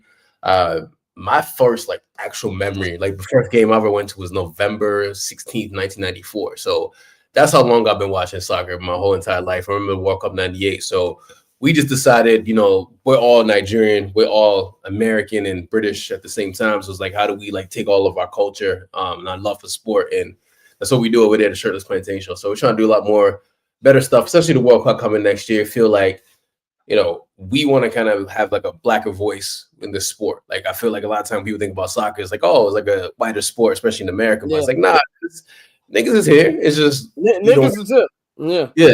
So that's what we try to do every single time. And that pink jersey is actually one that we designed. So this is actually our actual Shirtless Plantain Show. Yeah. So this one of the Get in tune with them, man. Definitely check out their pod. Tosin, what's some stuff that we should look forward to in this next, final stretch, I guess, of the Premier League? Like I mentioned earlier, Liverpool has a 12-point lead right now over Arsenal. But people are still trying to position themselves in the Champions League for next season. Tell us what kind of stuff we should be watching. So the first thing is that the first 4 teams in the Premier League go to Champions League. Champions League is basically everyone in Europe plays against each other, the best of the best in Europe, and it's a round robin tournament from June till about May-ish, June. So a whole year, and everyone's competing. So the first 4 teams that Premier League go to the Champions League, and then this year I think England's gonna get the 5th spot. So it'll be 5 teams this year, and then 6, 7 will go to Europa League, 8 goes to the Conference League. So it's all tiered, but basically just paying attention who's gonna qualify. Liverpool, Arsenal, probably the most favorites right now. Man City are in trouble. Erling Haaland is going to probably be out for most of the rest of the season. Picked up an ankle in the FA Cup, so they're fucked. Nottingham Forest has been playing very well. They play Man United tomorrow. So this team's like trying to battle for the 5 spots and all of that. And then on top of that, look out for the relegation battle. I mean, those teams below are basically done. Southampton, Ipswich, and I forgot who the other team is that's also going to get relegated. But there's another team. But yeah, just look out for also younger players too. I think at this point in the season, a lot of people, you're going to start seeing like the talented kids from the academies come through and play. I know we got a couple of Man United that's going to be on the way that should be playing the next couple of weeks. So that's really the most exciting things. But then there's also other leagues as well, if you want interested in that. Like in Italy, the title race is heating up. PSG are probably going to win the league this weekend if they win or draw. So that's a done deal. German title race is really interesting. And then the Spanish title race is really interesting too, because it's Real Madrid and Barcelona. They're literally head to head. So those are the leagues that you should pay attention to. And then on top of that, there's also the Champions League and Europa League and the Conference League. So those things are still going. Champions League, Europa League is back next week. Champions League is Tuesday, Wednesday. Europa League and Conference League same time Thursday. So yeah, it's a lot of games to watch next month and a half. Whole lot of games. And now explain to us for, so Real Madrid is going to be facing Arsenal in the Champions League next week. Yeah. But there's also been some rumors about Mbappe and a couple others might not be able to play. Can you inform the people what's been going on with them? They just did some dumb shit against Atletico Madrid. So now it's just down to, the governing bodies decide if they're going to punish them or not. Knowing Real Madrid, they probably talked to them on the side, like, hey, man, stop fucking around. And let their players play. That's really it. They're going to stop fucking around. Right, because they're the richest club in the sport, if I'm not mistaken. I wouldn't say richest, but they are definitely one of the most influential. And we can say that with a nod and a wink, if you know what I mean. Tony Soprano influential. That's what they are. That's exactly what they are. They're shaking hands and kissing babies. That's what they're doing over there. Right, exactly. Now, there's one thing that kind of stood out to me, and while I was doing my research and stuff like that, is they have I saw Newcastle did a full parade for winning the Callabro Cup, and so with each, because I know from looking with American sports, there's the championship for their league, but it feels like with the different cups, there's still importance for all of them, to the point where if you're a club, as long as you finish top 4 and get a cup, you had a pretty good season. Yeah, I mean, Newcastle haven't won a trophy in almost 70 years. So for them, we usually don't really care about the Carabao Cup. That's not really a thing that most teams care about, especially the bigger teams. But for Newcastle, It's a big deal. Never won an actual trophy in 7 years. So, and that's a big football town over there in Newcastle. The Geordies are they're nutcases. That's their thing. One of my old co-workers is a Newcastle fan. When they won, he didn't stop wearing his jersey. He was wilding. He was having a good time. That's what they do. Alan Shearer is their legend over there.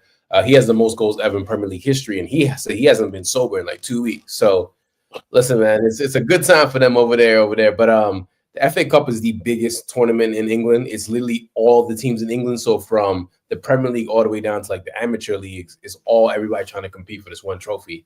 FA Cup's now in the semifinal. It's a big deal in England, and so that's it. And every other league has their own different versions of the FA Cup and the Carabao Cup. So in France, Italy, they all got their different versions, but FA Cup's the most famous one. One thing I've noticed from watching these games is I thought American fans went crazy, but these crowds it's like you walking into the Coliseum, bro. They be ready to kill people if you lose in one of them games. The wild thing is it gets wilder depending on which country you're in. The Eastern European countries, they're wild as shit. Turkey, Galatasaray, Fenerbahce, Galatasaray, Besiktas, they're really crazy. Then you go to South America where Boca Juniors and River Plate, when they play at La Bombonera, which is Boca Stadium, that stadium literally is shaking, legitimately, it is that to the point. So there's some place I remember in the 90s when United played against Galatasaray fans, when Man United came in, they had a sign that said "Welcome to Hell." They were yo, you coming to hell. So depending on where you're at, some of these fans are just absolute batshit crazy. But it's changed obviously in the 2000s and where we're at now. It's not as intense as it used to be. In the 80s, a lot of English teams were banned from the Champions League because of, English fans were hooligans. Like they legit, they've crushed fans to death. Like they've literally crushed fans. So God damn. yeah, it was bad in the 80s, which is the point where like they banned every English team from Champions League for like years. So yeah, it's fandom over there is nuts because you're born into this shit. Like, since you're a kid, like you've been doing this, and then you turn into a grown man and like you pass it on to your kids. So it's legacy type of stuff over there with like the teams and stuff. So yeah. I apologize to my future children for me slapping a Bears beanie on their head when they come out the womb. But if I gotta suffer, so do you. But we gonna bring in Courtney and Bang again, man. We gonna move over to the NFL. Well, real quick, Tosin Nikhil had a question for you in the chat. He said, "What do you think of the guy Okers in his game potentially translating to the Prem?" I don't know what that means, but I'm guessing you do.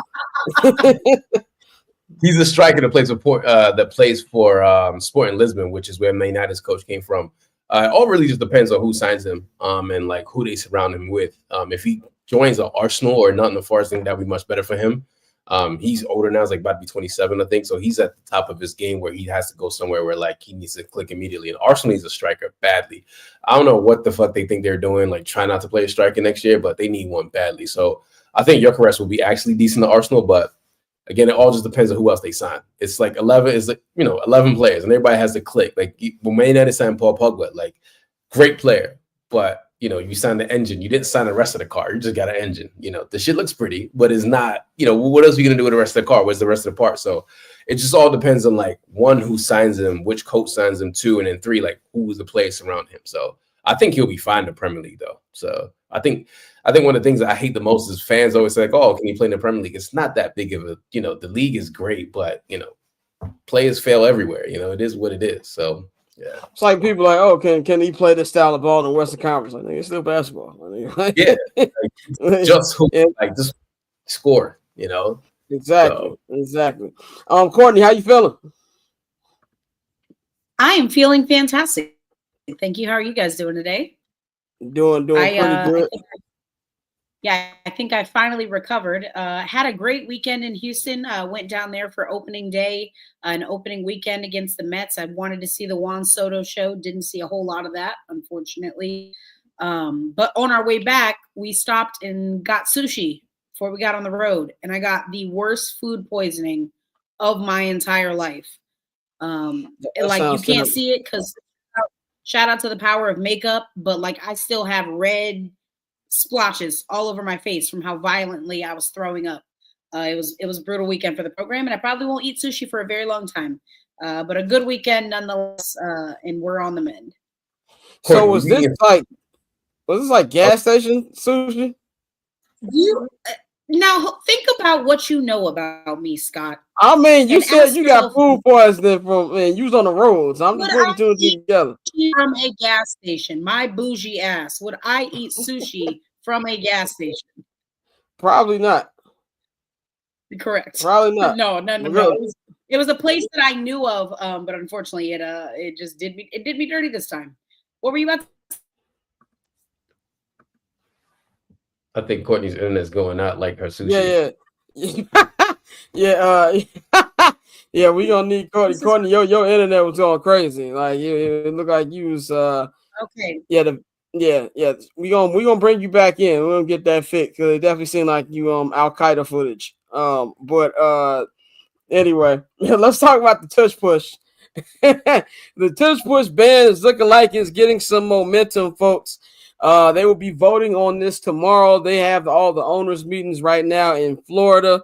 So we're going to see what exactly happens. But a lot of teams are agreeing with the Green Bay Packers that this should be banned. And it's getting a lot of support from ownership now. So from everything, all accounts sound like this will be banned tomorrow. My thing is this. I don't mean to be only one team can use this. I hate the Tush Push. And it has nothing to do with strategy. It has nothing to do with injury. I know people lying about the injury thing. I don't care about none of that. I just hate it as a football fan watching it. It has nothing else to do with it. There's nothing about my team can't stop it or woo. It's not aesthetically pleasing as a football fan. I don't want to see that. Run a play, run a running back call like an actual decent human being. I am tired of seeing this, so I have no love lost for this potentially going. But I'm also annoyed that we're gonna be hearing Eagles fans all year act like victims every time for the rest of the year. So that's what I'm annoyed about. Now let's see if we got Courtney back. I'm back. How are we doing? Okay. How many fingers am I holding up right now? You're holding up 5 right now. Okay. I can see. Yeah, we got everything on there. You're still blurry though.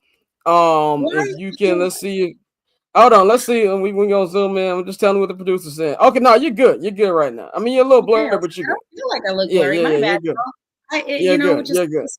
That my internet is the case of the Mondays. So sorry. Case of okay, we got the clearance. You're good. But Courtney, what do you think about Tush Push? It sounds like this thing's gonna be out of here this time tomorrow. Yeah, and I wish people would just stop being such whiny bitches about this play to begin with, right? I've said it once and I've said it. If you don't like something, then stop something, right? And I guess the argument is that, well, you can't do that on defense. Wouldn't that be the great equalizer here? Make that play legal, but then make it legal for you to do that on the defensive side of the ball. I just don't see why. I mean, yeah, this one team perfected it and now people want to ban. That's some bullshit. Also, keep in mind, you ban the Tush Push, you're still going to have to stop Saquon. So, who is this really hurting at the end of the day, besides the teams that don't have a Saquon-like running back? And I did think it was funny that the Bills were pretty anti-Tush Push considering they use it a lot. So that was funny to see from me. Bang, I know you've been saying forever that just play, but just learn how to stop it. So sounds like a lot of pussy to me, ladies and gentlemen. That's what it sounds like to me. Sounds like it's a lot of pussies in the NFL. When you clip this, you can blank that out because I don't want people to see me using that word all on social. They could come to YouTube to see that, but it sounds like it's a lot of hoe in people's hearts. It's a lot of pink in people's hearts right now. That's what it sounds like to me. Everybody can do this. Everybody can do this.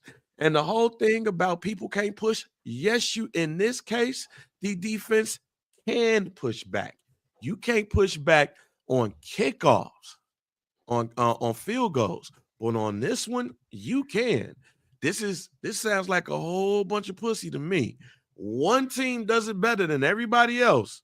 And now, out of all of the teams, the Green Bay Packers say, all right, we'll jump out on them. And then all of these teams like, yeah, they did it. All right, cool. We could go ahead and do it. Sounds like a lot of pussy in the NFL to me. Tosin, what do you feel about this being out here? You think it's a good thing or a bad thing for the sport? I agree with my coach. We don't give a damn. We're going to play football. That's all it is at the end of the day. Shout out John Harbaugh, first of all, getting a new contract. I know Ravens fans were sick. I was going to ask you about that. Like, how you feel about that? Oh, I love my coach, man. We are a very stable franchise. Ravens fans just want to have something sexy.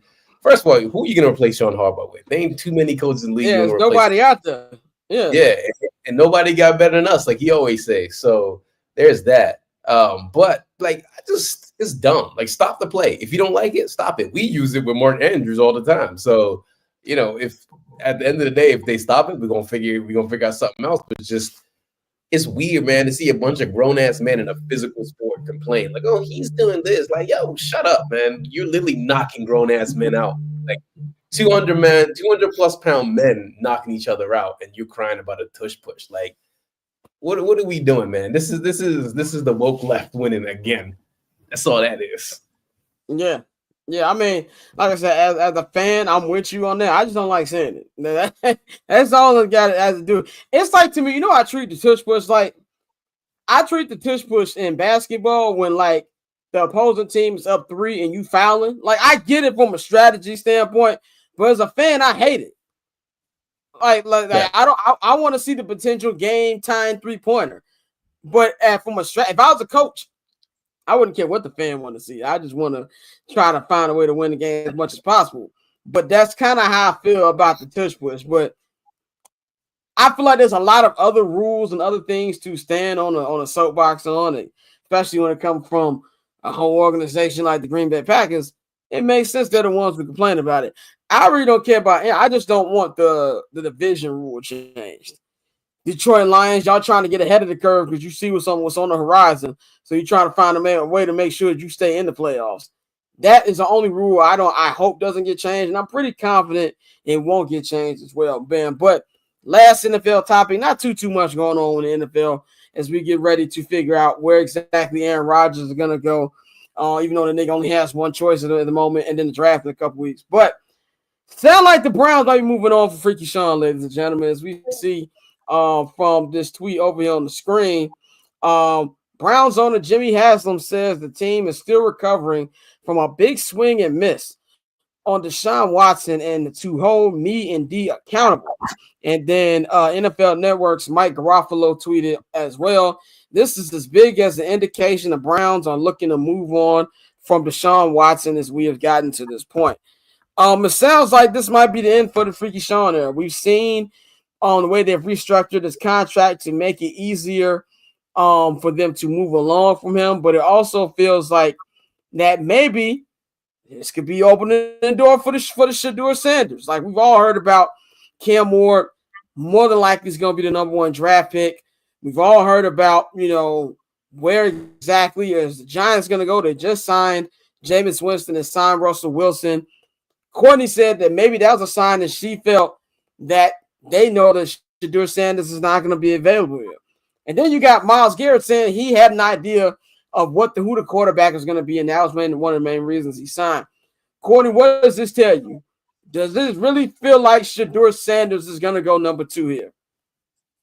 Yeah, that's kind of what it was feeling like. That's why I said that when the Giants did sign Russell. But in the words of Scott Lewis, let me make one thing clear. We quoted me today. Okay.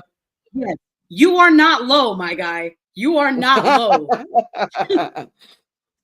When he made that admission, especially for someone who up until this point has not really acknowledged that, that this was a mistake and that the Deshaun Watson trade and contract extension was a mistake.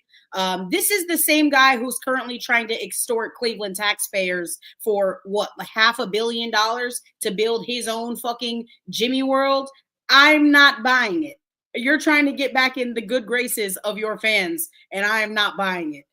That being said, because he owes Deshaun Watson all that fucking money, the best thing that he can afford right now in terms of a quarterback is a rookie. So, yeah, I think that's the direction this organization is going in. I don't think it's a bad idea for what it's worth. But, yeah, I think that's where they're at right now because that's all they can really afford. Tosin, do you think this signals that Shedeur Sanders and by default Prime, I know he'll be in some of the games, are coming to the AFC North? Looks like it. Looks like it indeed. And we need to get some edge rushers so we can knock that boy out. But yeah, I mean, my thing is just right now, like, you get rid of Deshaun, that boy is finished in the NFL. He is a pariah. Once he gets cut, he better enjoy the rest of his checks, find out how to invest his money, and just go quietly because nobody wants to ever sign you again. And that's that, because even Jameis still got a career, crab legs and all. But yeah, it seems like Shedeur's going to go out there. And I wonder where Abdul Carter is going to go if they take Shedeur. I think he should drop the pick 10. I think we have some character issues that we need to look at. I don't think he should go there. I think we should wait till he gets to pick 10. And I think there's some injury concerns, Scott. Yeah, there's some injury concerns there. There's a team at 10 that I think he'll be a perfect fit with. I think they play in the Midwest. Don't quote me on that, but I would like to see him over there. Bang. What does this say for you? You've said that you think that maybe Shedeur could drop, but does this signal he's going to be in Cleveland?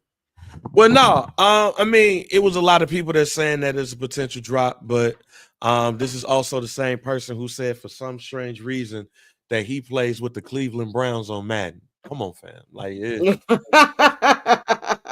and the only time I've ever played with the Cleveland Browns on Madden is when I was in the Madden League and I had no choice but to pick the Cleveland Browns. Yeah, man, he's going to Cleveland. When Myles Garrett smiled, he wasn't smiling because they're about to get Russell Wilson. or they was about to go get Kenny Pickett or anything like that. No, he was smiling because he knows that he's going to get not only somebody that's going to be the future of the organization, Prime going to be around. Like nobody smile like that, you know, if you're not going to get a quarterback, and nobody smiles like that if you're not going to be around one of the greatest football players of all time. So, yeah, as far as the Abdul Carter thing goes, I mean, I don't see nowhere but the Jets in this case. Because if you put him next, I could see the case for Travis Hunter. But if you put him opposite Thibodeau, you have a defensive line that can help out your linebackers and your DBs. So I can see it going Ward, Shador, Carter, Hunter. Like Hunter is earmarked. To me, he's earmarked for the New England Patriots. Now, could that mean that Will Campbell be the one that dropped? It feels like it. It feels like Will Campbell is probably going to be that one that drops, and he might be the person that drops at 10. And then the Bears got to make a decision to say, hey, we like you, Braxton, but we love this Will Campbell guy, arms and all. But that's the person that I think that's going to take the drop, not Carter or not Hunter. Even though, hey, y'all, Carter got some injury issues. His foot, his shoulder. Hey, man, got some injury issues. Shameless. That pick, that team at 10 has great facility. If I may say so myself, I don't think that any team picking 1 through 9 want to pick an injury-prone defensive end. I agree. I agree 100%. We'll see how that goes, man. But Tosin Bang, man, we're gonna let you get up out of here. Me and Courtney about to talk some baseball on here, man. Done. Yeah, you done. You can go over there. You can continue to be. And well, if you want to baseball bang today, I watched the first episode of the Dodgers Yankees. Okay, well, you can stay, bro. I ain't know you want to talk about I have not yet. I was waiting for a day that I could properly. I ain't got shit to say. Is Mookie Betts all right? He hit a game. He hit a walk-off this weekend. Yeah, Mookie's just fine. Yeah, he had 2 home runs this weekend. Yeah. Oh, well, so much for his body eating itself. I'm out. And Mookie also wore the red Jordans, the bricks. Oh, yeah. Mookie. Anthony Anderson has come a long way. Anthony Anderson's come a long way from being the nigga in barbershop to announcing the World Series champions at the game, man. Because then he kind of like he gave it up that Mookie's his next door neighbor. I'm like, okay, didn't know that. By the way, before I leave, I saw one of the funniest tweets ever. Someone said Anthony Anderson's a better actor than Will Smith. I was like, I saw that tweet. I was like, it's my time to leave the internet for real. Like I'm about to go. Anthony Anderson, hey man, is a better actor than Willard Smith. Anthony Anderson in Hang Time, top notch. Oh, you hilarious! And then that was fat Anthony Anderson. Like the first time I saw it, I almost said something that was real bogus. I'm not gonna say it. Sounds like we want to hear it. No, I ain't gonna say it. As a person that suffers from type 2 diabetes, I'm gonna leave it alone. All right, you can follow Bang at HR Bang on all social media platforms. Are y'all doing some dude this week? We are gonna do some dude this week. Work has eased up. I think it's eased up. But we are gonna do some dude tomorrow. And first Black Champ we had to postpone because I had the worst headache ever last night. I couldn't see. Migraine, my friend. Man, I couldn't see, fam. I couldn't see, so I wasn't trying to do a podcast at 7:00. Excedrin migraine, my friend. But no, we back this week. Yeah, that's what you should do. Yeah, but then you're taking caffeine. And it's late. You're not gonna be able to get to bed. Yeah, I'm straight. Yeah, if I ain't had them, I can't have one of them headaches, bro. I can't do it. Tosin, man, let them know where they can follow you and everything you got going. Just follow Shirtless Plantain Show on every single social channel. I don't really tweet anymore. I don't post on social anymore. I'm an old man.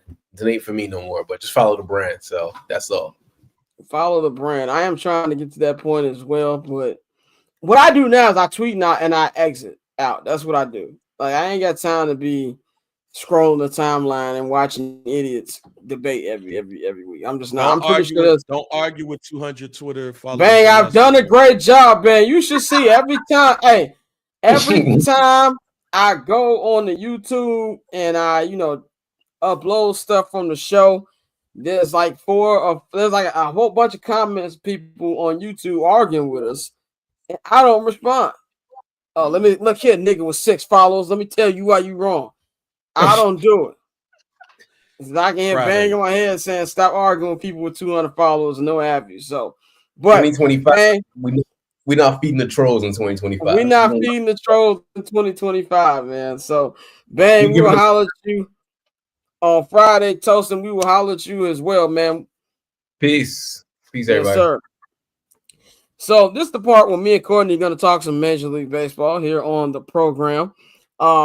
Very entertaining opening weekend for the sport. I was very entertained. A lot of great games. So there's a lot of things I want to go over. I want to go over 2 main topics. Then we'll talk about other things that stood out to us. But first, we got to talk about the Los Angeles Dodgers. Los Angeles Dodgers are currently 5-0. Swept the Cubs out there in Tokyo. Swept the Detroit Tigers at Chavez Ravine this weekend. Very entertaining weekend. They got their rings. Ice Cube came out. Banner went up. Mookie walk-off. Shohei had a home run. Freddie had 2 home runs. Teoscar. It just really looked like this group was unstoppable. I know a lot of people have been mad all season. There needs to be a salary cap. They're doing this, that, and the third. But I really feel top to bottom, this is the best lineup that I've personally ever seen by my 30 years of watching baseball. That top 3 just don't make any sense. And they don't look like they've lost a step since last year. They've got a better pitching rotation than last year. Blake Snell. They've added some others. You got Tyler Glass now back from injury. My question to you, Courtney, is will the Dodgers ever lose again? Are they going to break the all-time record for wins this year? Yeah, so obviously the last time that any team won, I think it was the Mariners, right? 116 games. The Mariners. What year was that? That was 2001. 2001. Yeah. Yeah. That was the last time that a team won that many games.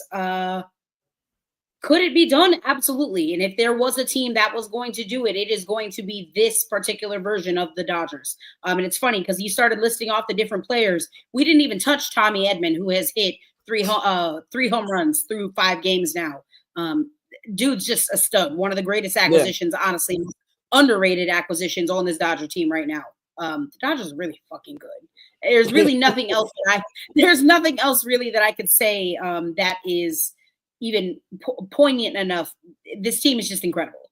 It is an incredible team. That being said, the NL West is a gauntlet. You still have the Padres and even the Diamondbacks are a really fun, borderline scary team to watch. We just saw that incredible comeback against the Cubs that had no business happening this weekend. And we'll unpack that in a little bit because I have some shit I need to get off my chest. And I don't really make a habit of talking all that much about Chicago. You know, this is a Chicago, show. I want to make sure.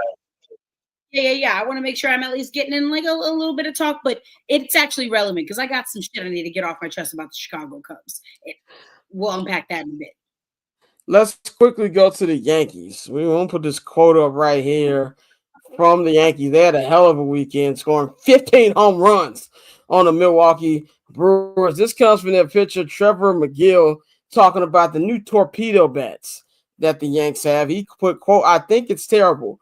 I feel like it's something you use in slow pitch softball. It's genius. Put the mass all in one spot. It might be Bush League. It might not be, but it's the Yankees and they will let it slide." I'll say this about these bats. These will be banned before Memorial Day. I feel like there's going to be a lot of complaints about this, especially if they continue to rake. They've been raking. We already know the Yankee Stadium is a very home run friendly ballpark. if this travels, this is going to be the thing right here. If this travels and they're doing this on the road, they're going to look into this because there's going to be a lot of teams starting to complain. Now, Courtney, you went on a little rant about these quotes. What do you think about the torpedo bats? Do you think McGill is wrong? Do you think there's going to be an outrage from this? What's your thoughts on this? Well, for the record, I think it's important to note that the Brewers had an incredibly historically bad weekend pitching wise. And again, that kind of relates to what I have to say about the Cubs in a little bit. But there's a reason why the Yankees got rid of Nestor Cortes. He's one of the most home run prone pitchers in Major League Baseball. Same with Aaron Savali, who, if I'm not mistaken, Aaron Savali gives up, I think, the third or fourth most amount of home runs to hitters in all of Major League Baseball. So you have two pitchers that are incredibly home run prone, right? And then also the other two pitchers that got lit up were rookies making their MLB debut. So just that's a combination of factors that's not good from the Brewers' perspective, just on the giving up of runs, right? It's also important to note that of the players who hit home runs, only 3 of them used the bat. Only 3 of them. All those homers that Aaron Judge did not use the torpedo bat for a single one of them. I believe it was only Anthony Volpe, Jazz Chisholm, and Paul Goldschmidt. If that is incorrect, please someone let me know. But as far as I know, those are the 3 players that did indeed use the bats. Now, getting to what Pat Murphy said, the Brewers manager, it's not about the wand. It's about the magician. As we've seen, you've seen across the league right now, there's a few teams that are winless right now. The Braves, you could give them a fucking barn door sized torpedo bat, and they're not hitting their way into a victory right now. Rafael Devers right now is 0 for 19 right now with 15 Ks. That's fucking abysmal. And do you think that's because they put him in DH? And again, we can get into that right now. Honestly, for me, it's a combination of things, right? Rafael Devers, I said it before. What did Don Draper say? That's what the fucking money is for. Sorry that you maybe feel iced out because they acquired Alex Bregman and you lost your job. Sorry, if you weren't so fucking abysmal at third base defense, then maybe you would still have a job. Maybe the conversation would have been having Breggy be the full-time DH and you still continue at third base. But bro, you're fucking terrible at third base, respectfully. And if you're not happy with the position change, again, that's what the fucking money is for. Get over it. But you didn't take spring training seriously, is what it looks like. You need to be up in Worcester because you're fucking terrible right now. You need to sit down, maybe have a moment with yourself and you're fucking Rafael Devers, bro. You know how to hit the baseball. I don't know if it's because Garrett Cole is out for the year. He just forgot how to hit the baseball now, because he fucking crushes against him. What is he going to do now? I don't know, man. This has been a good start to the season, but I can already tell that this torpedo bat bullshit is going to drive me crazy. The rules, it's 3.2.02 of the rule book. All it says is that the bat has to be 2.61 inches in diameter and 42 inches in length. How you get to it, that's your own vibe. Y'all figure it out amongst your ball clubs. And now we're already seeing, apparently other clubs are placing orders for them. The Braves, the Phillies, more people are trying to figure out, hey, is there something to that? So I guess we'll see. But again, I don't think we should fault the Yankees, even though you know how I feel about the Yankees. I don't think we should fault them for trying to get better within the confines of the rule book. How is that their fault? That's what the best teams should do. Use the rules to their advantage. Well, we know that's what people in baseball like to do is complain. And I think that if they continue to hit the way they are, like you said, it's gonna be a topic of discussion. And they're gonna figure out how come we can't do that. And I feel like that's gonna be something that's really, really gonna carry on, man. Other things that stood out. I know we gotta talk about the Cubs. Last night's Cub loss was hilarious. Like, if there's anything I've taken from this opening series, that bullpen ain't shit. And I'm not even that keen on the starting rotation. That's something we talked about on the show all off season. There's some highs, some lows. You need a lot of these younger pitchers to step up. But Kyle Tucker is great. He's not going to be a Cub next year because he's definitely going to get paid. But what I saw, being up 6-2 in the 8th inning and you lose 10-6 was one of the worst displays I've ever seen, especially for a Cub team. And I think that if I was a Cub fan, I would be wildly frustrated because if you look at the trajectory of this team post 2016, they have not, built off that win at all. It's like every year is getting worse and worse on capacity. And I don't want to, overdo too much from an opening weekend loss. But I've got some questions, some serious questions about this roster. What stood out to you from what the Cubs did this weekend? What stood out to me is something that I have said on this program before that frustrates me, and especially after seeing the Brewers get their ass beat. And that's the Cubs should genuinely be ashamed of how they're allowing that organization to be run, because you just watched the Brewers go over in New York. And mind you, this is a division that has historically been pretty close, decided by a few games. The NL wild card race has been really competitive the past few years. And you could have been in such an amazing position to catapult yourself ahead of the Brewers by making just a few more signings. The Brewers have no pitching right now. No pitching right now. No. And you could absolutely have put yourself in a position to dominate the first couple months of baseball, the first couple weeks of baseball, while the Brewers are injury laden right now. And you didn't do that. And it's incredibly disappointing. And it's incredibly frustrating to me as the baseball fan who really wants to see more competitive races within divisions. It's annoying to see that. And I can only imagine how frustrating it is for Cubs fans. Well, Cub fans can go to hell, number one. Let's just get that out the way. But one thing that stood out to me this weekend, San Diego Padres, man. Like, that is a very fun team. I forgot how fun Fernando Tatis was. Last year he missed so much of last season, being suspended, came back towards the end of the season, really had a good season, end of the season. But the way he played this weekend, the way that team played this weekend, just made me wonder why they were my teams to watch in the National League. And I think when healthy, this is one of the best ball clubs out there. Now, they're not going to compete with the Dodgers, like at least in the regular season. I think regular season-wise, the Dodgers haven't really had that much of a competition when it comes to division over the last couple of years. And I don't see that being that much tension that much this year either, depending on if they stay healthy. But a healthy Fernando Tatis Jr. takes this Padres team to a completely different level. That I think they're gonna be one of those teams that continues this hot streak to the one point when they do come back down to a level a little bit. It won't be as bad because they got off to such a hot streak. Is there anything else from this opening weekend that stood out to you? I mean,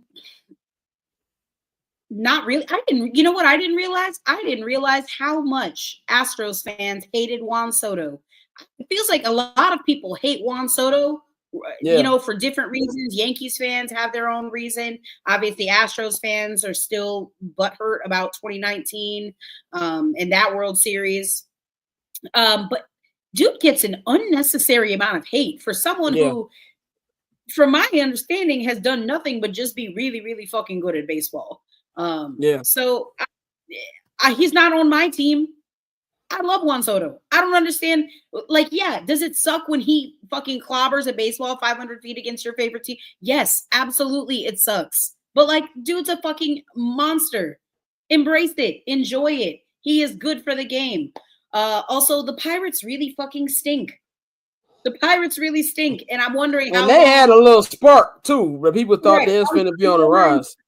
How much of Paul Skeens' early years are they gonna waste, and how long before we start having discussion about when the Dodgers are gonna pay him oodles and oodles of money, because he's not gonna be a Pittsburgh Pirate forever, and that's disappointing because an organization that has been so incredibly mediocre, you think they'd have a better farm system or at least some kind of better pathway to eventually being better than they are right now, and I just don't see that happening anytime soon. Pittsburgh. Yeah, I agree with that 100%. I'm trying to think of something else that stood out to me this weekend. The White Sox are going to lose just as many games they lost last year. I know they won 9-0. You're tonight. Not impressed. They started out like what 3-0? No, they're not 3-0. You don't believe, Scott? No, I'm not rolling. This is gonna be a bad team again. I think maybe only difference is they might play a little harder than they did last year, but this is not gonna be. This is gonna be. I mean, that's a lot. All White Sox history is dark stretches outside of like 2005, but this is not gonna be a good baseball team. And right now, for a White Sox fan, you just gotta hope that Ishbia can buy the rest of the team as quickly as possible. Because that is all I get. I think Chicago sports and Chicago baseball as a whole is going to be extremely mediocre this summer. I think the Cubs are going to be a very inconsistent baseball team. It would not shock me if they finish 500. It would not shock me whatsoever. One thing about baseball you can't change unless you make some trades, bad bullpen. And they look like they've got a bad bullpen. So that's what we said. I know Mikey and Don know. Mikey was gambling. I don't even think they were talking about the Cubs this weekend. So, yeah, Mikey's been on a run. So, but that is all we have got for y'all on this edition of I'm Not Gonna Hold You. Shout out to everybody for watching. Shout out to everybody continue to watching. Like I said earlier, doing Wednesday shows now strictly for the Patreon. It'll just be me unless some of the crew feels like joining me on whatever week that they feel like doing it. It's going to be a lot more interview based, no longer than an hour. Have interviews and, of course, whatever topics that we got in the middle of the week. So look out for that starting this Wednesday, man. Courtney, anything you want to say before we wrap this up? No, not at all. Wash your hands and stay away from some sketchy-looking sushi. So how long did you have food poisoning? I started feeling ill in the car because we drove down from Dallas. So it was, I don't know, about halfway through the trip, I was like, ooh, Mr. Stark, I don't feel so good. And then I'm like, we're in the car. And I'm like, you know what? I can't do that to her. I'm going to just be a man, push through it. It was, so probably about that. Yeah, that we got back at about 5 p.m. on Saturday afternoon. And then that's when it just was all downhill. I started yakking, probably about 4 hours after the initial sushi consumption. And then, yeah, I'm still, for what it's worth, my chest still hurts right now. Yeah. From how hard I was eating. It was a struggle. I've had food poisoning twice in my life. Once in 2012. I don't remember how I got it. I lost like 15 pounds from having food. I wouldn't risk food poisoning on my worst enemy. And then the second time oh my God.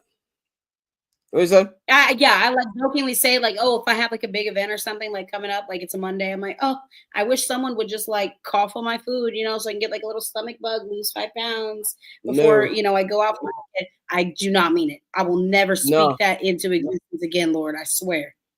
The worst food poisoning I had was 2015. Me and Pavy, we decided to go to Vegas for my 27th birthday. The plan was go to Vegas for 24 hours, have an extremely crazy time, and drive back to Los Angeles. So we got to Vegas. We had drinks. I forgot what hotel we was at. I think it was Flamingo. No, was it Flamingo? I don't know what hotel we was at. But got drunk, and then we went to Johnny Rockets. Something was in that food.